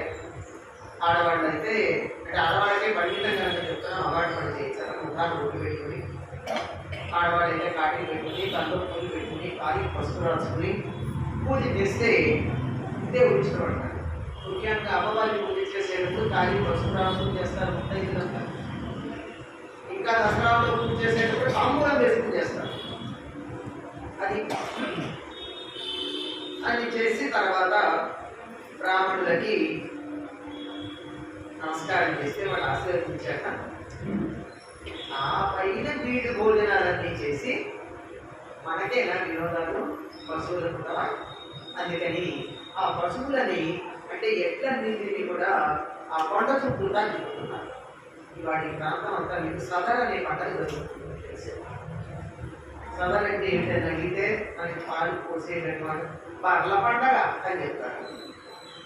బర్ల పండగ ఏమిటి మొదలు అర్థం కాదు. అంటే ఏం చేస్తారు బర్ల పండగ అంటే మా గేదెలు ఆవులు ఉన్నాయి కదా, వాటిని పూజ చేస్తాం. అదంటే బర్రెల పండగ. ఈ రోజుల్లో ఉన్న బర్రెలే కదమ్మా పాడంటే ఆ రోజుల్లో వాటిని కూడా చక్కగా వేడుక కలిగేటట్టు వాటిని పరిగెత్తించి అలా తిరుగుతూ ఉండి వాడు ఒక పాట పాడుతున్నారు, చక్కగా సంతోషంగా ఉన్నారు. ఆవులు కూడా ఆనందంగా ఉన్నాయి. ఆవులు వృషభాలు కూడా ఇలా గిరి ప్రదక్షిణ చేశారు. అదే పద్ధతి ఇప్పటికీ మంచి గోవర్ధన గిరి ప్రదక్షిణ చేయడంగా కనపడుతుంటే ఈ విందుడికి ఎక్కడ లేని కోపం వచ్చింది. నాకు యజ్ఞం చేస్తామని మానేశాడా? ఇంటికి బయలుదేరారు. కార్యక్రమం అయిపోయి పెరుగులు నేతులు రాలిపోయి ఈ పన్నెండు చాలా ఎక్కువ అయిపోయింది. గొల్లల్ని చూసేది అనే మాట ఏంటి, పెరుగులు నేతులు తాగి కొవ్వెక్కింది. మీరు ఆవు పెరుగు, ఆవు నెయ్యి, పాలకి కొవ్వు రాలేండి, కొలెస్ట్రాల్ ఉండదు. వీళ్ళు అనుకున్నారు అంతే. బాగా వీళ్ళకి మదవెక్కిపోయింది, వీళ్ళ సంగతి నేను చూస్తానని చెప్పి ఆ కృష్ణుడు ఉన్నాడు, ఆ కుర్రాడు వాడు ఎంత మాట పడితే అంత మాట మాట్లాడతాడు, ఏ పని పడితే అది చేస్తాను, వాడి సంగతి తెలుస్తాను, వాడి మాట విని కదా వీళ్ళందరూ ఇట్లా చేశారు అని చెప్పి ఆ మేఘాలకు గొలుసులు తిప్పాడు. వాటి కట్టేసిన గొలుసులు తిప్పితే అవి విజృంభించి బ్రహ్మాండంగా రాళ్ళవాన చూసాయి. రాఘవాన మీరు వెళ్ళండి, మీ వెనకాల నేను ఐరావతాన్ని నేను కూడా వస్తాను వెళ్ళమని చెప్పాడు. ఇంకా చెప్పండి, అవి విజృంభించి వాన పడుతుంటే రాళ్ళవాన, దాని కింద పడి ఎవరు ఎక్కడ నలిగిపోతారో ఏమైపోతారో తెలియని పరిస్థితుల్లో కంగారు పడుతూ కృష్ణుడిని ఏం చేయాలయ్యా ఇప్పుడు అని అడిగారు. ఎవరి సలహా విని పనిచేస్తానో వాళ్ళే కదా పరిష్కారం చెప్పాలి. సలహాలు ఊరికి ఇవ్వకూడదండి. సలహా ఇచ్చిన వాళ్ళు అవతల వాళ్ళు ఆచరిస్తే దానివల్ల వచ్చే కష్టనిష్ఠురాలు భరించడానికి సిద్ధపడాలి.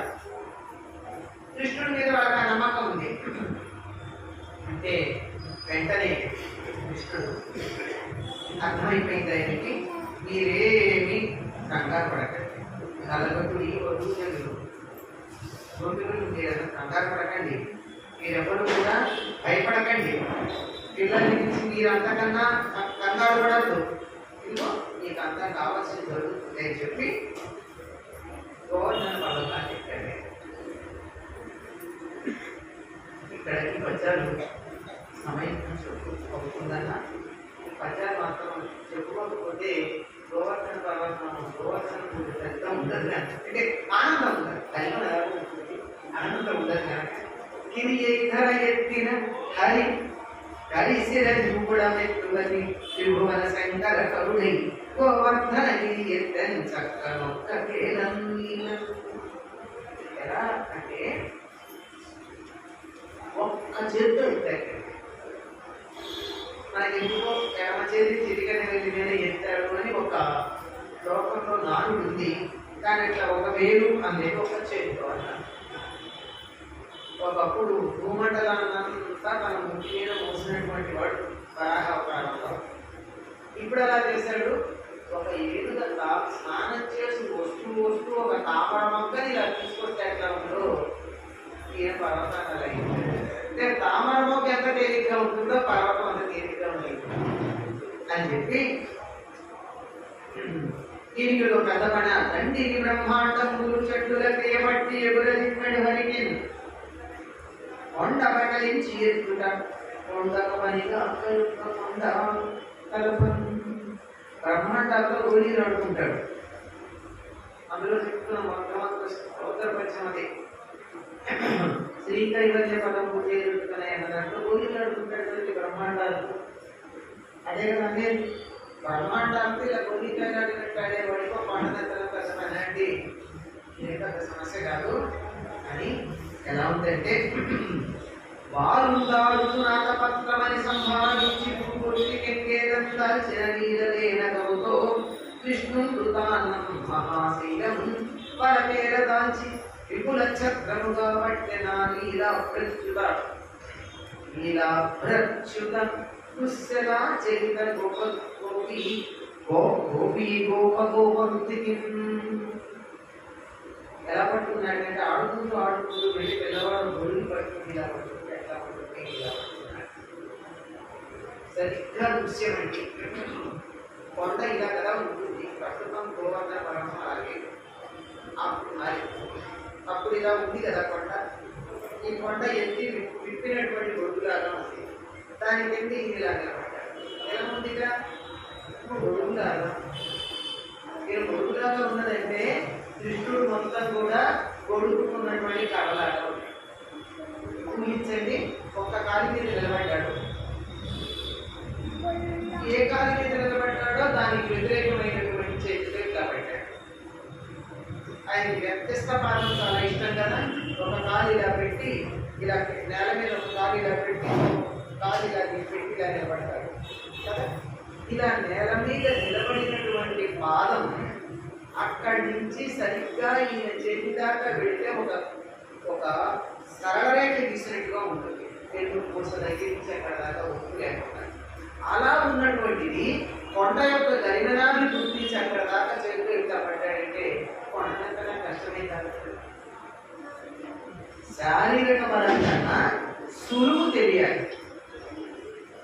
అది కూడా కొంచెం పెద్ద వస్తువు ఉందనుకోండి, ఒకసారి ఇట్లా పెట్టి చూసి ఎట్లా తీస్తే నా చేతికి అనుభవం వస్తుందో చూస్తాం. అంటే ఏంటి, ఆ వెయిట్ ఇటు సమానంగా ఉండేట్టు చూసి బ్యాలెన్స్ చూసుకుని తీస్తే తేలిగ్గా వస్తుంది.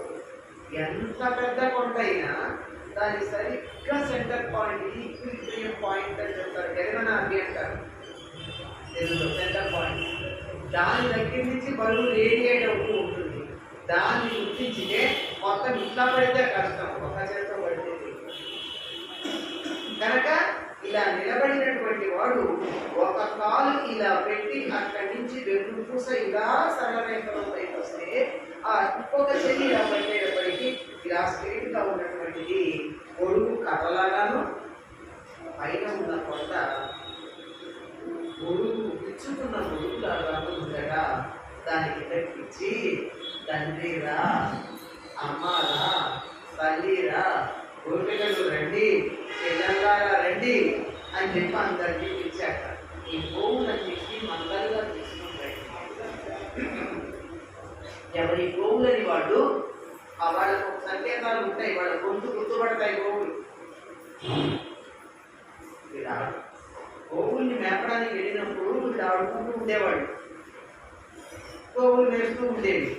ఇంటికి వెళ్ళే సమయం అవ్వగానే కృష్ణుడు ఏం చేసేవాడు, ఒకటి తీసి ఒక్కసారి ఉండేవాడు, వెంటనే వచ్చేసేవాడు. ఆ ప్రాంతాన్ని అక్కడ కృష్ణుడు అలా ఊరిన ప్రాంతాన్ని ఎవరైనా బృందావనం పెట్టే చూడండి, తేరు కదం పడతారు. తేరు అంటే పిలవడం. తేరు కదం పడితే ఈ కదమ్మ వృక్షం కింద ఉండే పిలిచాడు అని చెప్పడం అన్నమాట. కన్నగా వచ్చేసే ఉంటాయి, ఏం పిలవక్కర్లేదు, వెళ్ళక్కర్లేదు, చన్నాపులు పట్టుకోనక్కర్లేదు, కళ్ళు పట్టుకోనక్కర్లేదు. అలా వాళ్ళ గుర్తులు కావు వచ్చేస్తాయి. ఎవరి మందని వాడు తీసుకోండి, మీరందరూ ఇక్కడికి రండి అని ఇంకోటంటాడు. వాళ్ళు తీగలు కొండలుండది. మేము పిల్లాడు 7 ఏళ్ళు లేవు, కొండేమో పెద్దదిగా ఉంది, భరించగలడు లేడు. పడుకుంటే నీళ్ళలో కొట్టుకుపోయి ఎక్కడో బతుకుతాం. కొండ వాడు వదిలేశాడు అనుకో, చెట్టున్నవాడు పక్కడైపోతాను. ఏమైపోతుంది, భరించగలడు లేడు అని మీరు భయపడుతున్నారేమో. మొత్తం ఈ భూమండలం అంతా వచ్చినా కానీ మీద పడ్డా కానీ నాకు కొద్దిగా కథలను కూడా పడేయడం కాదు, జాగ్రత్త ఉండరా. ఈ మాట అంటే విధికి ఎవరో తెలుసండి, ఆ తర్వాత ఒక పాలకు వెళ్ళారు, ఆ తర్వాత గోపికలు వెళ్ళారు, చివరికి గొప్పలు వెళ్ళారు. అంటే కృష్ణుడి మాట మీద ఎంత నమ్మకం ఎవరికి ఎంత ఉందో మనకు అర్థం ఉంటుంది. అక్కడి నుంచి 7 రోజులు మాట్లాడుకుంటూ అలాగే ఉన్నారట. నిద్ర లేదు, ఆహారం లేదు, కాలకృత్యాలు లేవు, ఏమీ లేవు. 7 అహోరాత్రాలకు వెళ్ళిపోయారు. ఎలా అలా ఉంటే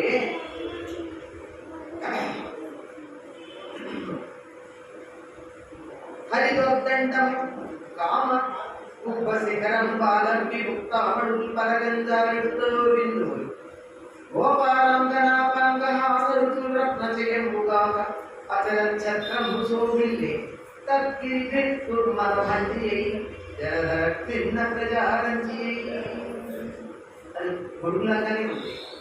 ఆ గొడుగు మరి ఉచ్చారులాగా అంటే ఉచ్చారు గొడుగు అంటే పడుతున్న వానచినుకులు ఉచ్చారు గొడుగులాగా. సరే కృష్ణుడేమో కింద ఉన్నటువంటి గొడుగు కర్రలాగా ఉన్నాడు.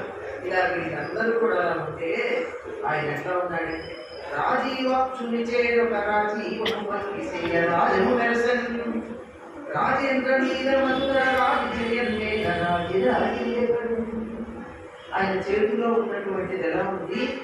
ఒక తామర మొగ్గలాగా ఉంది ఆ పర్వతం. తామర మీద మరి తుమ్మెదలు ఉంటాయి కదా, ఏమయ్యా అంటే పైన మేఘాలను అలాంటి తుమ్మెదలాగా ఉన్నాయి. ఇలా ఉంటే ఇలా 7 అహోరాత్రాలు పర్వతాన్ని ధరించుంటే ఇంకా రామం లేదు మనం ఏం చేసినా అని అర్థమైంది. గాలి వాన తగ్గాయి, ఇంద్రుడికి నమ్మకం గురైంది. ఇది సాక్షాత్తు కృష్ణుడే మామూలు బాలుడు కాదు అని వచ్చి కృష్ణుడికి పట్టాభిషేకం చేస్తారు. గోవింద పట్టాభిషేకం అంటారు. ఈ 2 తర్వాత గోపాష్టమైన శుక్రాత్మకుంటానండి ఇంట్లో. ఇది అందుకే విష్ణుమూర్తి అధినామాల్లో కోరిక నామం ప్రీతికరం. ఎందుకంటే అది సంపాదించుకున్న పేరు. 7 రోజులు కష్టపడి కొండలేసి సంపాదించుకున్నాడు. అందువల్ల ఆయన పేరు చేసుకున్నాడు.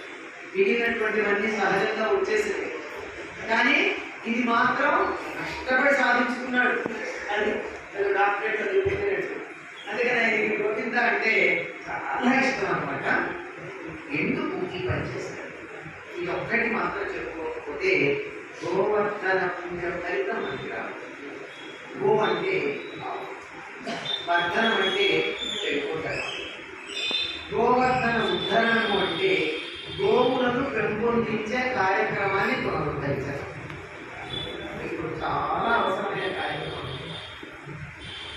ఎంతకాలం మనం గోవుల్ని పూజించామో, గో సంపద మనకు ఉన్నదో, సంపద అంటే గోవులే అనుకున్నామో, అంతకాలం భారతీయుల యొక్క ఘనత ప్రపంచమంతా వ్యాపించింది. ఎప్పుడైతే ఆవులని పక్కకు పెట్టి మందపు చర్మం కలిగినటువంటి గేదె పాలు తాగుతూ దానికి అలవాటు పడ్డామో, ఇప్పుడు ఎస్ సార్ అంటూ బానిస వృత్తులు పంపించారు. మేధా సంపద తగ్గింది. కనుక కావాల్సింది ఏమిటంటే గోవర్ధన ఉద్ధరణ, గోవులను పెంపొందించు కార్యక్రమాన్ని పునరుద్ధరించడం ఈయన చేశాడు. వాళ్ళ అన్నగారేమో ప్రధాన నాగం వేసుకుని వ్యవసాయం చేయండి అలా అని చెప్పాడు. ఒకళ్ళేమో డైరీ డిపార్ట్మెంటు, ఒకళ్ళేమో అగ్రికల్చర్ డిపార్ట్మెంటు. ఇద్దరు మనుషులకి కడుపు నిండే పని చేయడం ఆలస్యంగా ఉన్నాయి. వాడి పంట ఉంటేనే కదా, కడుపు నిండితే కదా ఏ పనైనా చేయడం. ఖాళీ కడుపుతో ఆధ్యాత్మికత పనికిరాదు. వివేకానందుడు చెప్పాడు కదండి, ఆకలితో ఉన్న వాడికి ఆధ్యాత్మికం చెప్తే త్వరకి ఎక్కడరా ఇంకా అన్నం పెట్టి వాడికి దేవుడు ఎవరు? వాడికి దేవుడు ఆకలిస్తున్నవాడు. కనుక కడుపు నిండాకే ఏదన్నా పని చేయాలి. శరీర వాక్యం కలు ధర్మ సాధన. ధర్మ సాధన చేయాలంటే కూడా శరీరం ఉండాలి. శరీరానికి ప్రధానంగా ఈ 2 ఉండాలి అని చెప్తూ గోవులే ఎందుకండి, ఏదైనా తెచ్చుకోవచ్చు కదా. గోవు అనేటటువంటిది 84 లక్షల జీవరాశుల్లో ఉన్నటువంటి ఏ పశువుకి చెందదు. ఇది ప్రత్యేకంగా పాలసముద్రంలో వచ్చి పుట్టినటువంటి జాతి. అందువల్ల గోవుని జంతువు అనే పదంతో మనం ఉపయోగించకూడదు, జీవి అనాలి. గో అంటే ఎన్ని అర్థాలు ఉన్నాయో తెలుసండి. గో అంటే మనకి తెలిసిన ఆవు, గో అంటే సూర్యుడు, గో అంటే కిరణము, గో అంటే వాక్కు, గో అంటే స్వర్గము, గో అంటే మోక్షము, గో అంటే మానవ శరీరంలో ఆనందానుసంధాయకమైనటువంటి గ్రంథులు. ఆ గో అనే గ్రంథులు బాగా ఉంటే చక్కగా ఆనందంగా ఉంటారు. అప్పుడు ఆయన ఆనందరావు గారు ఉంటాడు. అవి కానీ లేకపోతే ఆముదాలరావుగా ఉంటాడు. అంటే పొరపాటు కూడా ఉంటాడు. అందుకే చెప్తారు, ఎప్పుడు ఏడుస్తూ ఉండేవాడిని గోశాలలో కూర్చోబెట్టి ఆవు పాలు, ఆవు పెరుగు ఇవన్నీ కొంతకాలం ఇచ్చి వాడిని గోవుల ఆహారంతో పెంచినట్టయితే వాడు అప్పటిదాకా ఏడు మొహంగా ఉన్నవాడు అట్లా నవ్వుతాడు. మనందరం ఆనందించడానికి కారణం గోవులు అనబడేటటువంటి రంగులు మన శరీరంలో ఉండే ఇవి 16,000 ఉంటాయి మన శరీరంలో. ఇవన్నీ యాక్టివేట్ అయ్యేది గోవుకు సంబంధించిన ఆహారాలు తీసుకుంటాయి. కానీ ఇవన్నీ ఇచ్చేటటువంటి ఈ గోవుని మనం వృద్ధి చేయాలి. అందుకోసం ఏం చెప్పారు మన సంప్రదాయంలో, గోవుని జంతువుగా కాక తల్లిగా భావించమన్నారు. కన్న తల్లిగా మనం గోమాత అన్నమాట. కన్న తల్లి పాలు ఎలా ఉంటాయో గోవు పాలు ఎట్లా ఉంటాయి. చక్కగా ఇంట్లో ఒక ఆవుని పెంచుకుంటూ ఉంటే యజమాని, ఆ యజమానికి అనారోగ్యం కనుక ఆయన ఉన్నట్టయితే ఆవు ఆయన వాసన చూసి, అంటే పూర్వంలో గోచార భూములు ఉండేవి, వాటిని వనచర భూములు అన్నారు, ఇప్పుడు బంజర భూములని ఎవరికి చూస్తున్నారో మనం చెప్పలేము. అటువంటి భూముల్లో అవి వేయడానికి వెళ్ళి ఏ గడ్డి తింటే, ఏ ఔషధి తింటే దానివల్ల వచ్చేటటువంటి పాల వల్ల యజమానికి ఆరోగ్యం కలుగుతుందో అటువంటి గడ్డి వస్తాయి కదా, వాసన చూసి ఏ రకంగా అయితే తల్లి పాలు బిడ్డకి కష్టం మేడ్ మిల్క్, బిడ్డ ఆరోగ్యానికి తగినటువంటి పాలు మాత్రమే తల్లికి వస్తాయి.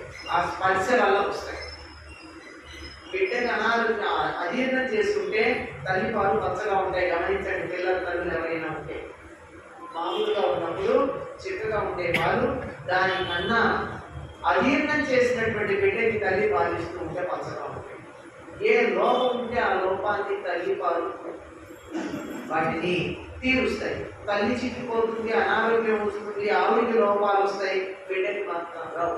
గమనించండి, ఆహారం సరిగ్గా లేనిళ్ళలో కూడా బిడ్డలు ముక్కముక్కల్లా ఉంటారు, తల్లి మాత్రమే క్షీణించుకుపోతూ ఉంటుంది. కారణం ఏంటంటే కస్టమ్ మేడ్ మిల్క్. ఆ విధంగా ఆవు కస్టమ్ మేడ్ మిల్క్ తీసుకొచ్చి యజమానికి ఇస్తుంది. అందువల్ల తల్లిలాగా చూస్తుంది, పాలతోనే కాదు తర్వాత కూడా అలాగే చూసుకునేటటువంటి. దానివల్ల ఎంత ఉంటుందంటే, గోవు ఎక్కడ ఉంటే అక్కడ సంపద ఉంటుందండి. గోవే సంపద. కొంతకాలం మన వాళ్ళు సొమ్ము అంటే గోవులే, సంపద అంటే గోవులే. అందుకే కౌరవులు ముందర దక్షిణ గోగ్రహణం చేసి ఆ తర్వాత ఉత్తర గోగ్రహణం చేశారు. గోవులు కొట్టుకుపోతే సమస్య ఏంటండి? సంపద గోవులే. గోవు సంపద ఎట్లా అవుతుంది? ఆవుల్ని పెంచడం లాభసాటి కాదండి అనుకుంటున్నాం మనం. ఆవుల్ని పెంచడం ఎంత లాభసాటో తెలియని తక్కువ దద్దమ్మల నష్టం. ఆవు పాల వల్ల ఎటువంటి లాభం లేదు. ఆవు పాడి పెద్దగా ఉండదు. మరి ఏమిటి లాభం అంటే గోమూత్రం, గోమయం. గోమూత్రం ఎంత ఔషధాలకు పనికొస్తుందో దాన్ని సేకరించే పద్ధతి కూడా ఉంది. ఎక్కడ పడితే అక్కడ కింద పడింది అది కాదు. అలాగే గోమయం, గోమయంతోనూ గోమూత్రంతోనూ ఒక ఆవు మీద సంవత్సరానికి కొన్ని లక్షలు సంపాదించవచ్చు. పాలు అమ్మితే దాని గడ్డికి కూడా సరిపోతుంది, గడ్డిలో సగానికి కూడా సరిపోతుంది.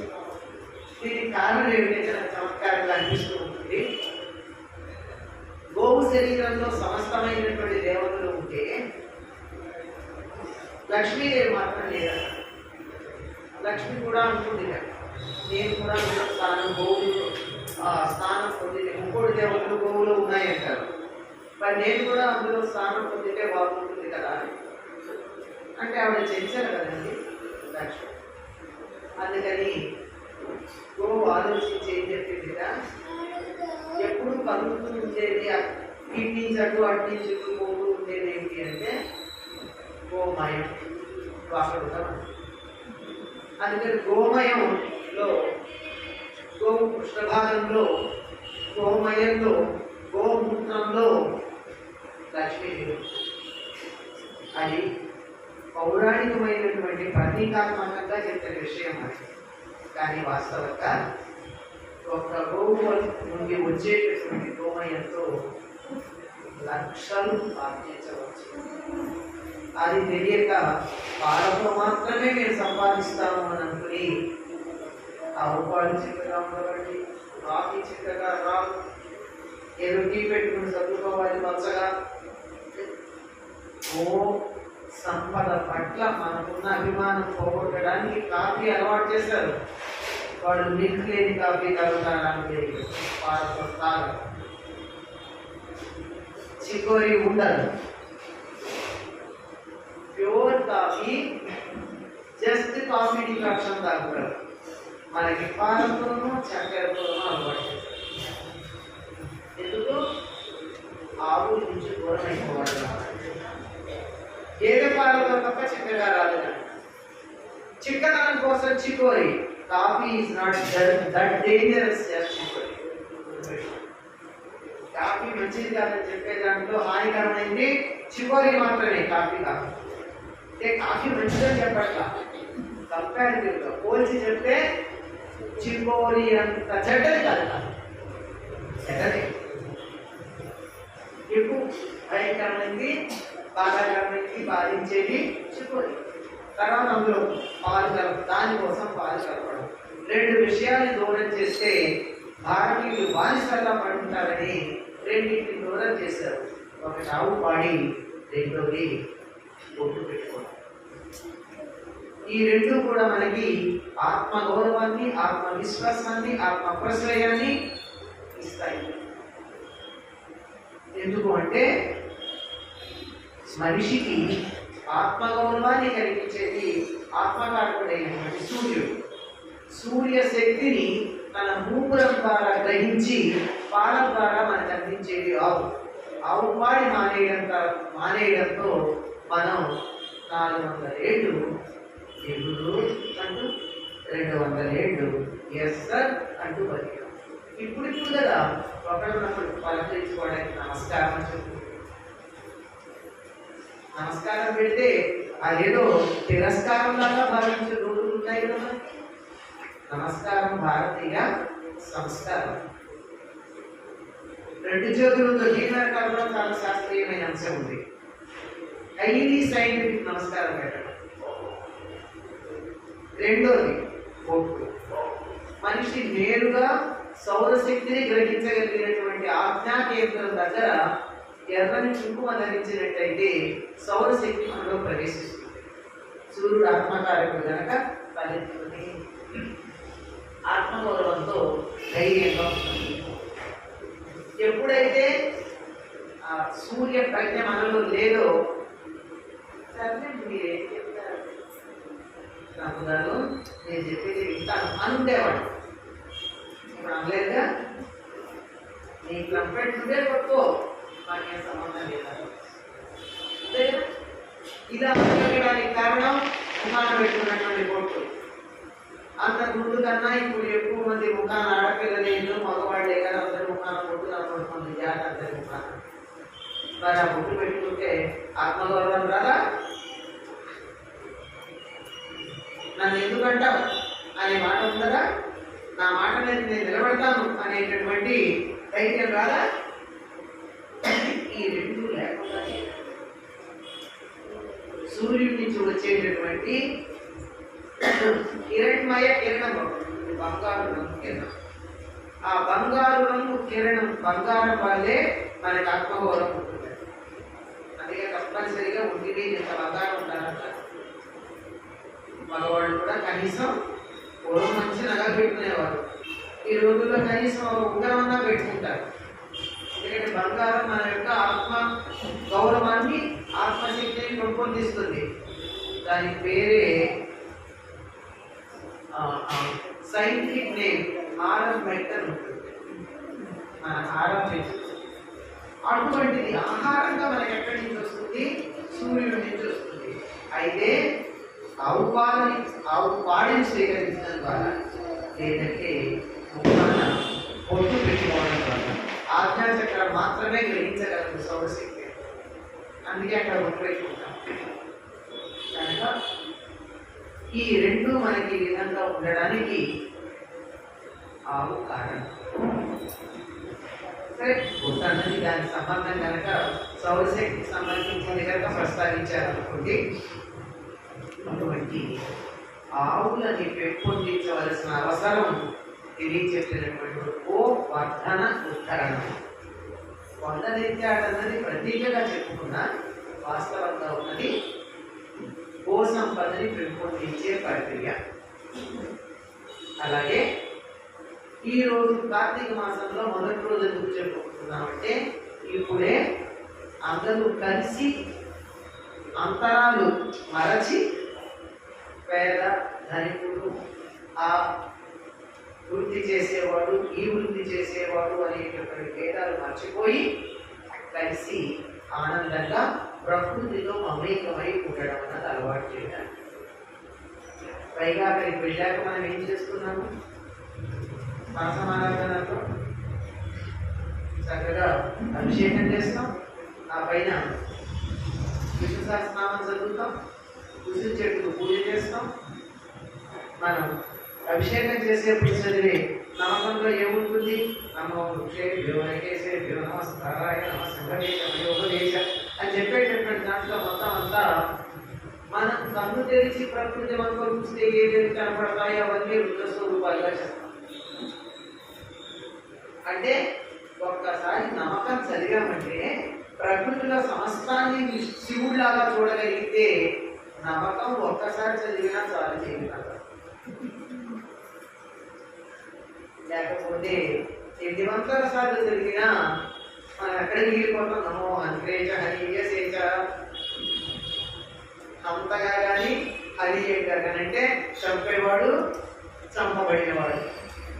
వాళ్ళలో కూడా శివుడిని చూశారు. అది మనం చెప్పేది నమో అంతరేజ హరియేసేచ, సంహరించబడ్డవాడు, సంహరించినవాడు, వీళ్ళందరిలో కూడా అనేటటువంటి నమ్మకంలో మనకు కనపడేటటువంటి ఇటువంటి ప్రత్యేకమైన అంశాలు ఎన్నో కార్తీక మాసంలో ఉన్నాయి.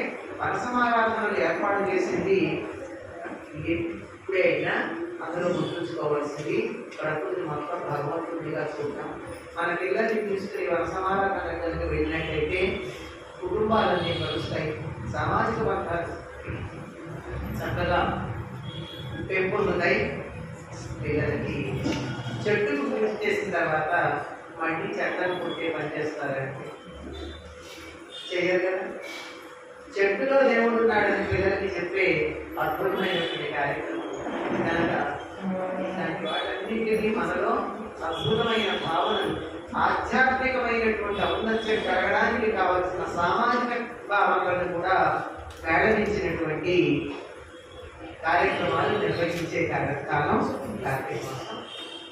ఈరోజు ఇక్కడ ఈ విధంగా గోవర్ధన పూజ గురించి 4 మాటలు చెప్పుకునే అవకాశం ఇచ్చినటువంటి ఈ పంచముఖ ఆంజనేయ స్వామి దేవాలయ కార్యవర్గ సభ్యులు అందరికీ, పంచతరిపులో ఈ ప్రాంతంలో ఉన్నటువంటి ఈ ప్రాంతవాసులందరికీ కూడా హృదయపూర్వకంగా నమస్కారం చేస్తూ అవకాశం కల్పించినటువంటి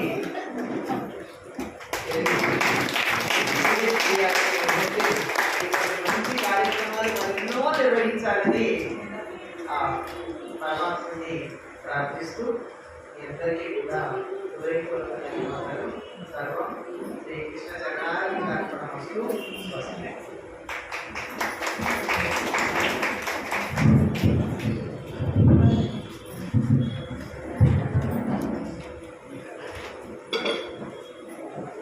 మనము అనేక భాగవత సప్తాహం అని విన్నాము. అట్లా కాకుండా ఇప్పుడు ఈ కార్తీక మాసంలో మొదటి రోజు నుంచే ప్రారంభమై ఈ భక్తిరస సప్తాహం జరపాలని నాకు ముందుండి నన్ను నడిపిస్తూ ఉన్నటువంటి సిహెచ్ విఆర్కే మూర్తి గారికి ధన్యవాదాలు తెలియజేస్తూ, అమ్మవారు చాలా ఓపికగా వారు చెప్పిన ఉపన్యాసం అందరికీ స్ఫూర్తిదాయకం నేను భావిస్తాను.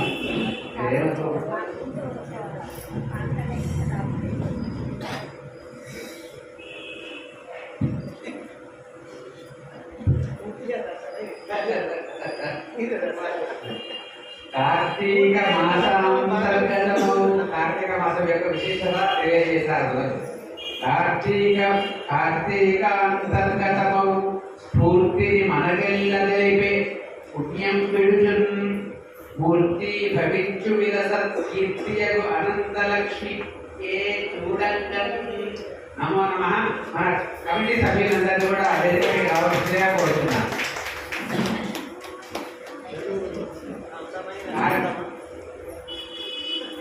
సెక్రటరీ గారిని మరియు సభ్యులందరూ కూడా వేదికపై రావాల్సిందిగా కోరుతున్నాను.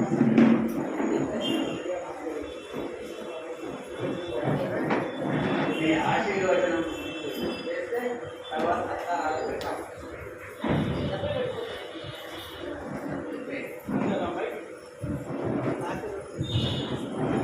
ఓం యోగితాం బ్రహ్మణో వేదామృతేనామృతాంబురీ తస్మై బ్రహ్మణ బ్రహ్మాచార్యోగేతిం ప్రజాంతరో సాగధేయేనై వైనం ప్రణయతి బ్రాహ్మణాశే ఉద్ధరే బ్రాహ్మణో వై సర్వా దేవతాభిరుద్ధరతి యావతీ వై దేవతాస్తా సర్వా వేదవిధి బ్రాహ్మణే వసంతి తస్మాత్ బ్రాహ్మణేభ్యో వేద విద్యో దివే దివే నమస్కుర్యాన్నా శ్రీలంకే దయే దేదా దేవదేవతా ప్రీణాది హరియాత్యానందరాయాయ సర్వతోమోదిరాత్రోత్తమమహరోది సర్వస్యాప్యై సర్వస్య నిత్యై సర్వమేవ ధీనాప్నోతి సర్వం జగతి శతమానం భవతి శతాయు పురుషమితేంద్రియ ఆయుష్యేంద్రియే ప్రతిష్టతి శ్రీ మహాగణపతి శతపంచముఖ ఆంజనేయ స్వామి సంపూర్ణానుగ్రహ కృపాకటాక్ష సిద్ధిరస్తు తదాస్తు. పరమేశ్వరానుగ్రహ సిద్ధిరస్తు. లోకా సమస్తా సుఖినో భవంతు. జై శ్రీరామ్. ఇప్పుడు మన కమిటీ తరఫున ఒక నిమిషం, మన కమిటీ తరఫున మా వైస్ ప్రెసిడెంట్ గారు సుభాష్ గారు వీరిని సాల్వతో సత్కరించాలని చెప్పి కోరుతున్నాను. అమ్మ మీరు కూడా కూర్చోండి.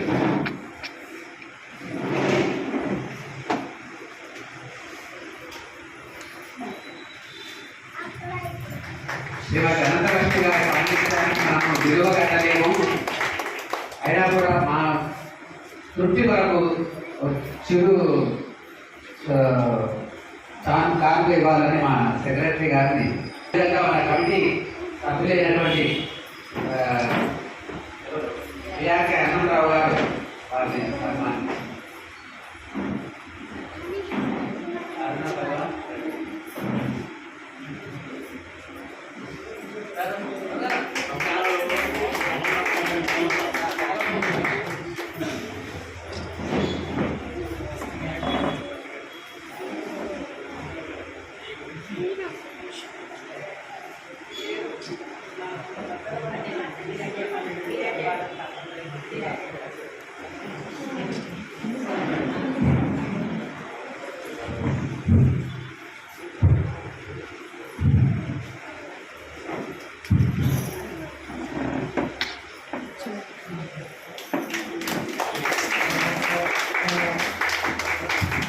కాలనీ కమిటీ అధ్యక్షులు వారు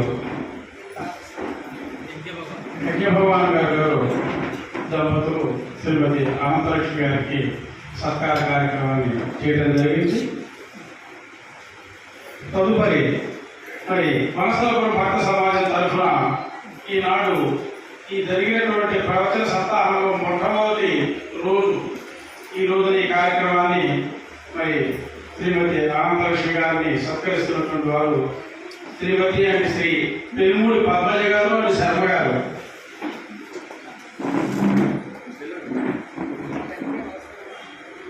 వారి తృప్తి మీకు అవసరం కాదు, వారి తృప్తి.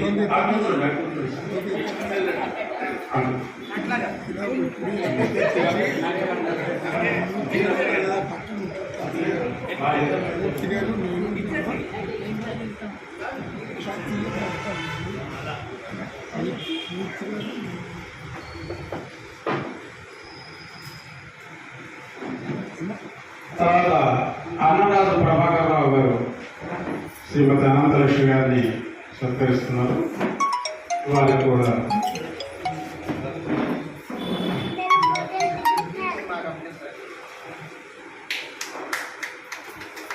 సరస్వతి సత్కారం. సరస్వతి సత్కారం.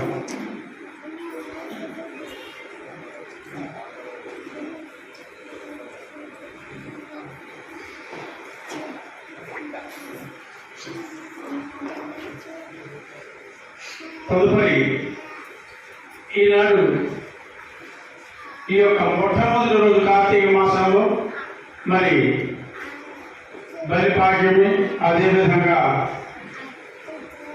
గోవర్ధన ఉద్ధరణ కార్యక్రమానికి సంబంధించినటువంటి చరిత్రను మనందరికీ సవిస్తరంగా తెలియజేసినటువంటి డాక్టర్ శ్రీమతి అనంతలక్ష్మి గారికి పంచముఖ ఆంజనేయ స్వామి దేవాలయం కమిటీ సభ్యులు మరియు వనసలపురం భక్త సమాజం సభ్యులు ఆ సంయుక్తంగా మరియు ఇక ఆలయ వాసులందరూ కలిసి సంయుక్తంగా కృతజ్ఞతలు తెలియజేసుకుంటూ మరి ఈ రోజు మొదటి రోజు మరి రాబోయే రోజుల్లో అనేకమైనటువంటి ఎన్నో సప్తాహాలు జరగాలి.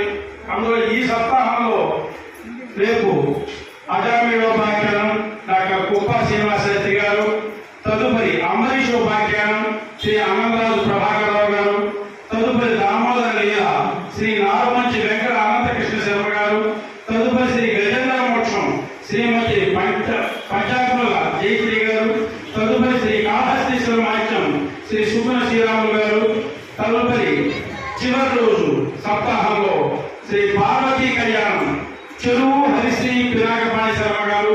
ఈ యొక్క కార్యక్రమాలు ప్రతిరోజు ఇవాళ అనుకోకుండా మన యొక్క కార్తీక దీపావిష్కరణకి మరియు మెల్లగారు అంత దూరం నుంచి రావడంలో ఉండేటువంటి కొంత ప్రాణ సాధక భాగజాలంలో కొద్దిగా సమయ విలంబనతో ప్రారంభం చేసిన కార్యక్రమం రేపటి నుంచి మాత్రం 6:30 గంటలకి ఖచ్చితంగా ఈ యొక్క పురాణ కాల శ్రవణ కార్యక్రమం మన యొక్క సప్తాహాన్ని నిర్వహించుకుంటామని మీ అందరికీ తెలియజేస్తూ, ఇంకా తెలియని వారు ఎవరైనా కాలనీలో ఉన్నట్టయితే వారందరూ కూడా పేరున చెప్పి ఈ యొక్క ప్రవచన సప్తాహ కార్యక్రమం ద్వారా సంప్రాప్తించే అఖండమైనటువంటి జ్ఞాన సంపదను వాళ్ళందరూ కూడా పంచుకుంటే వాళ్ళు కూడా పెంచుకునేటువంటి ప్రక్రియకు మీరు అందరూ దోహదం చేయవలసిందని మేము ప్రార్థిస్తూ ఈ కార్యక్రమాన్ని ఇక్కడ ఏర్పాటు చేసినటువంటి కాలనీ సభ్యులకు మరియు పంచముఖ దేవాలయ కమిటీకి మరియు వనసల భక్త సమాజానికి,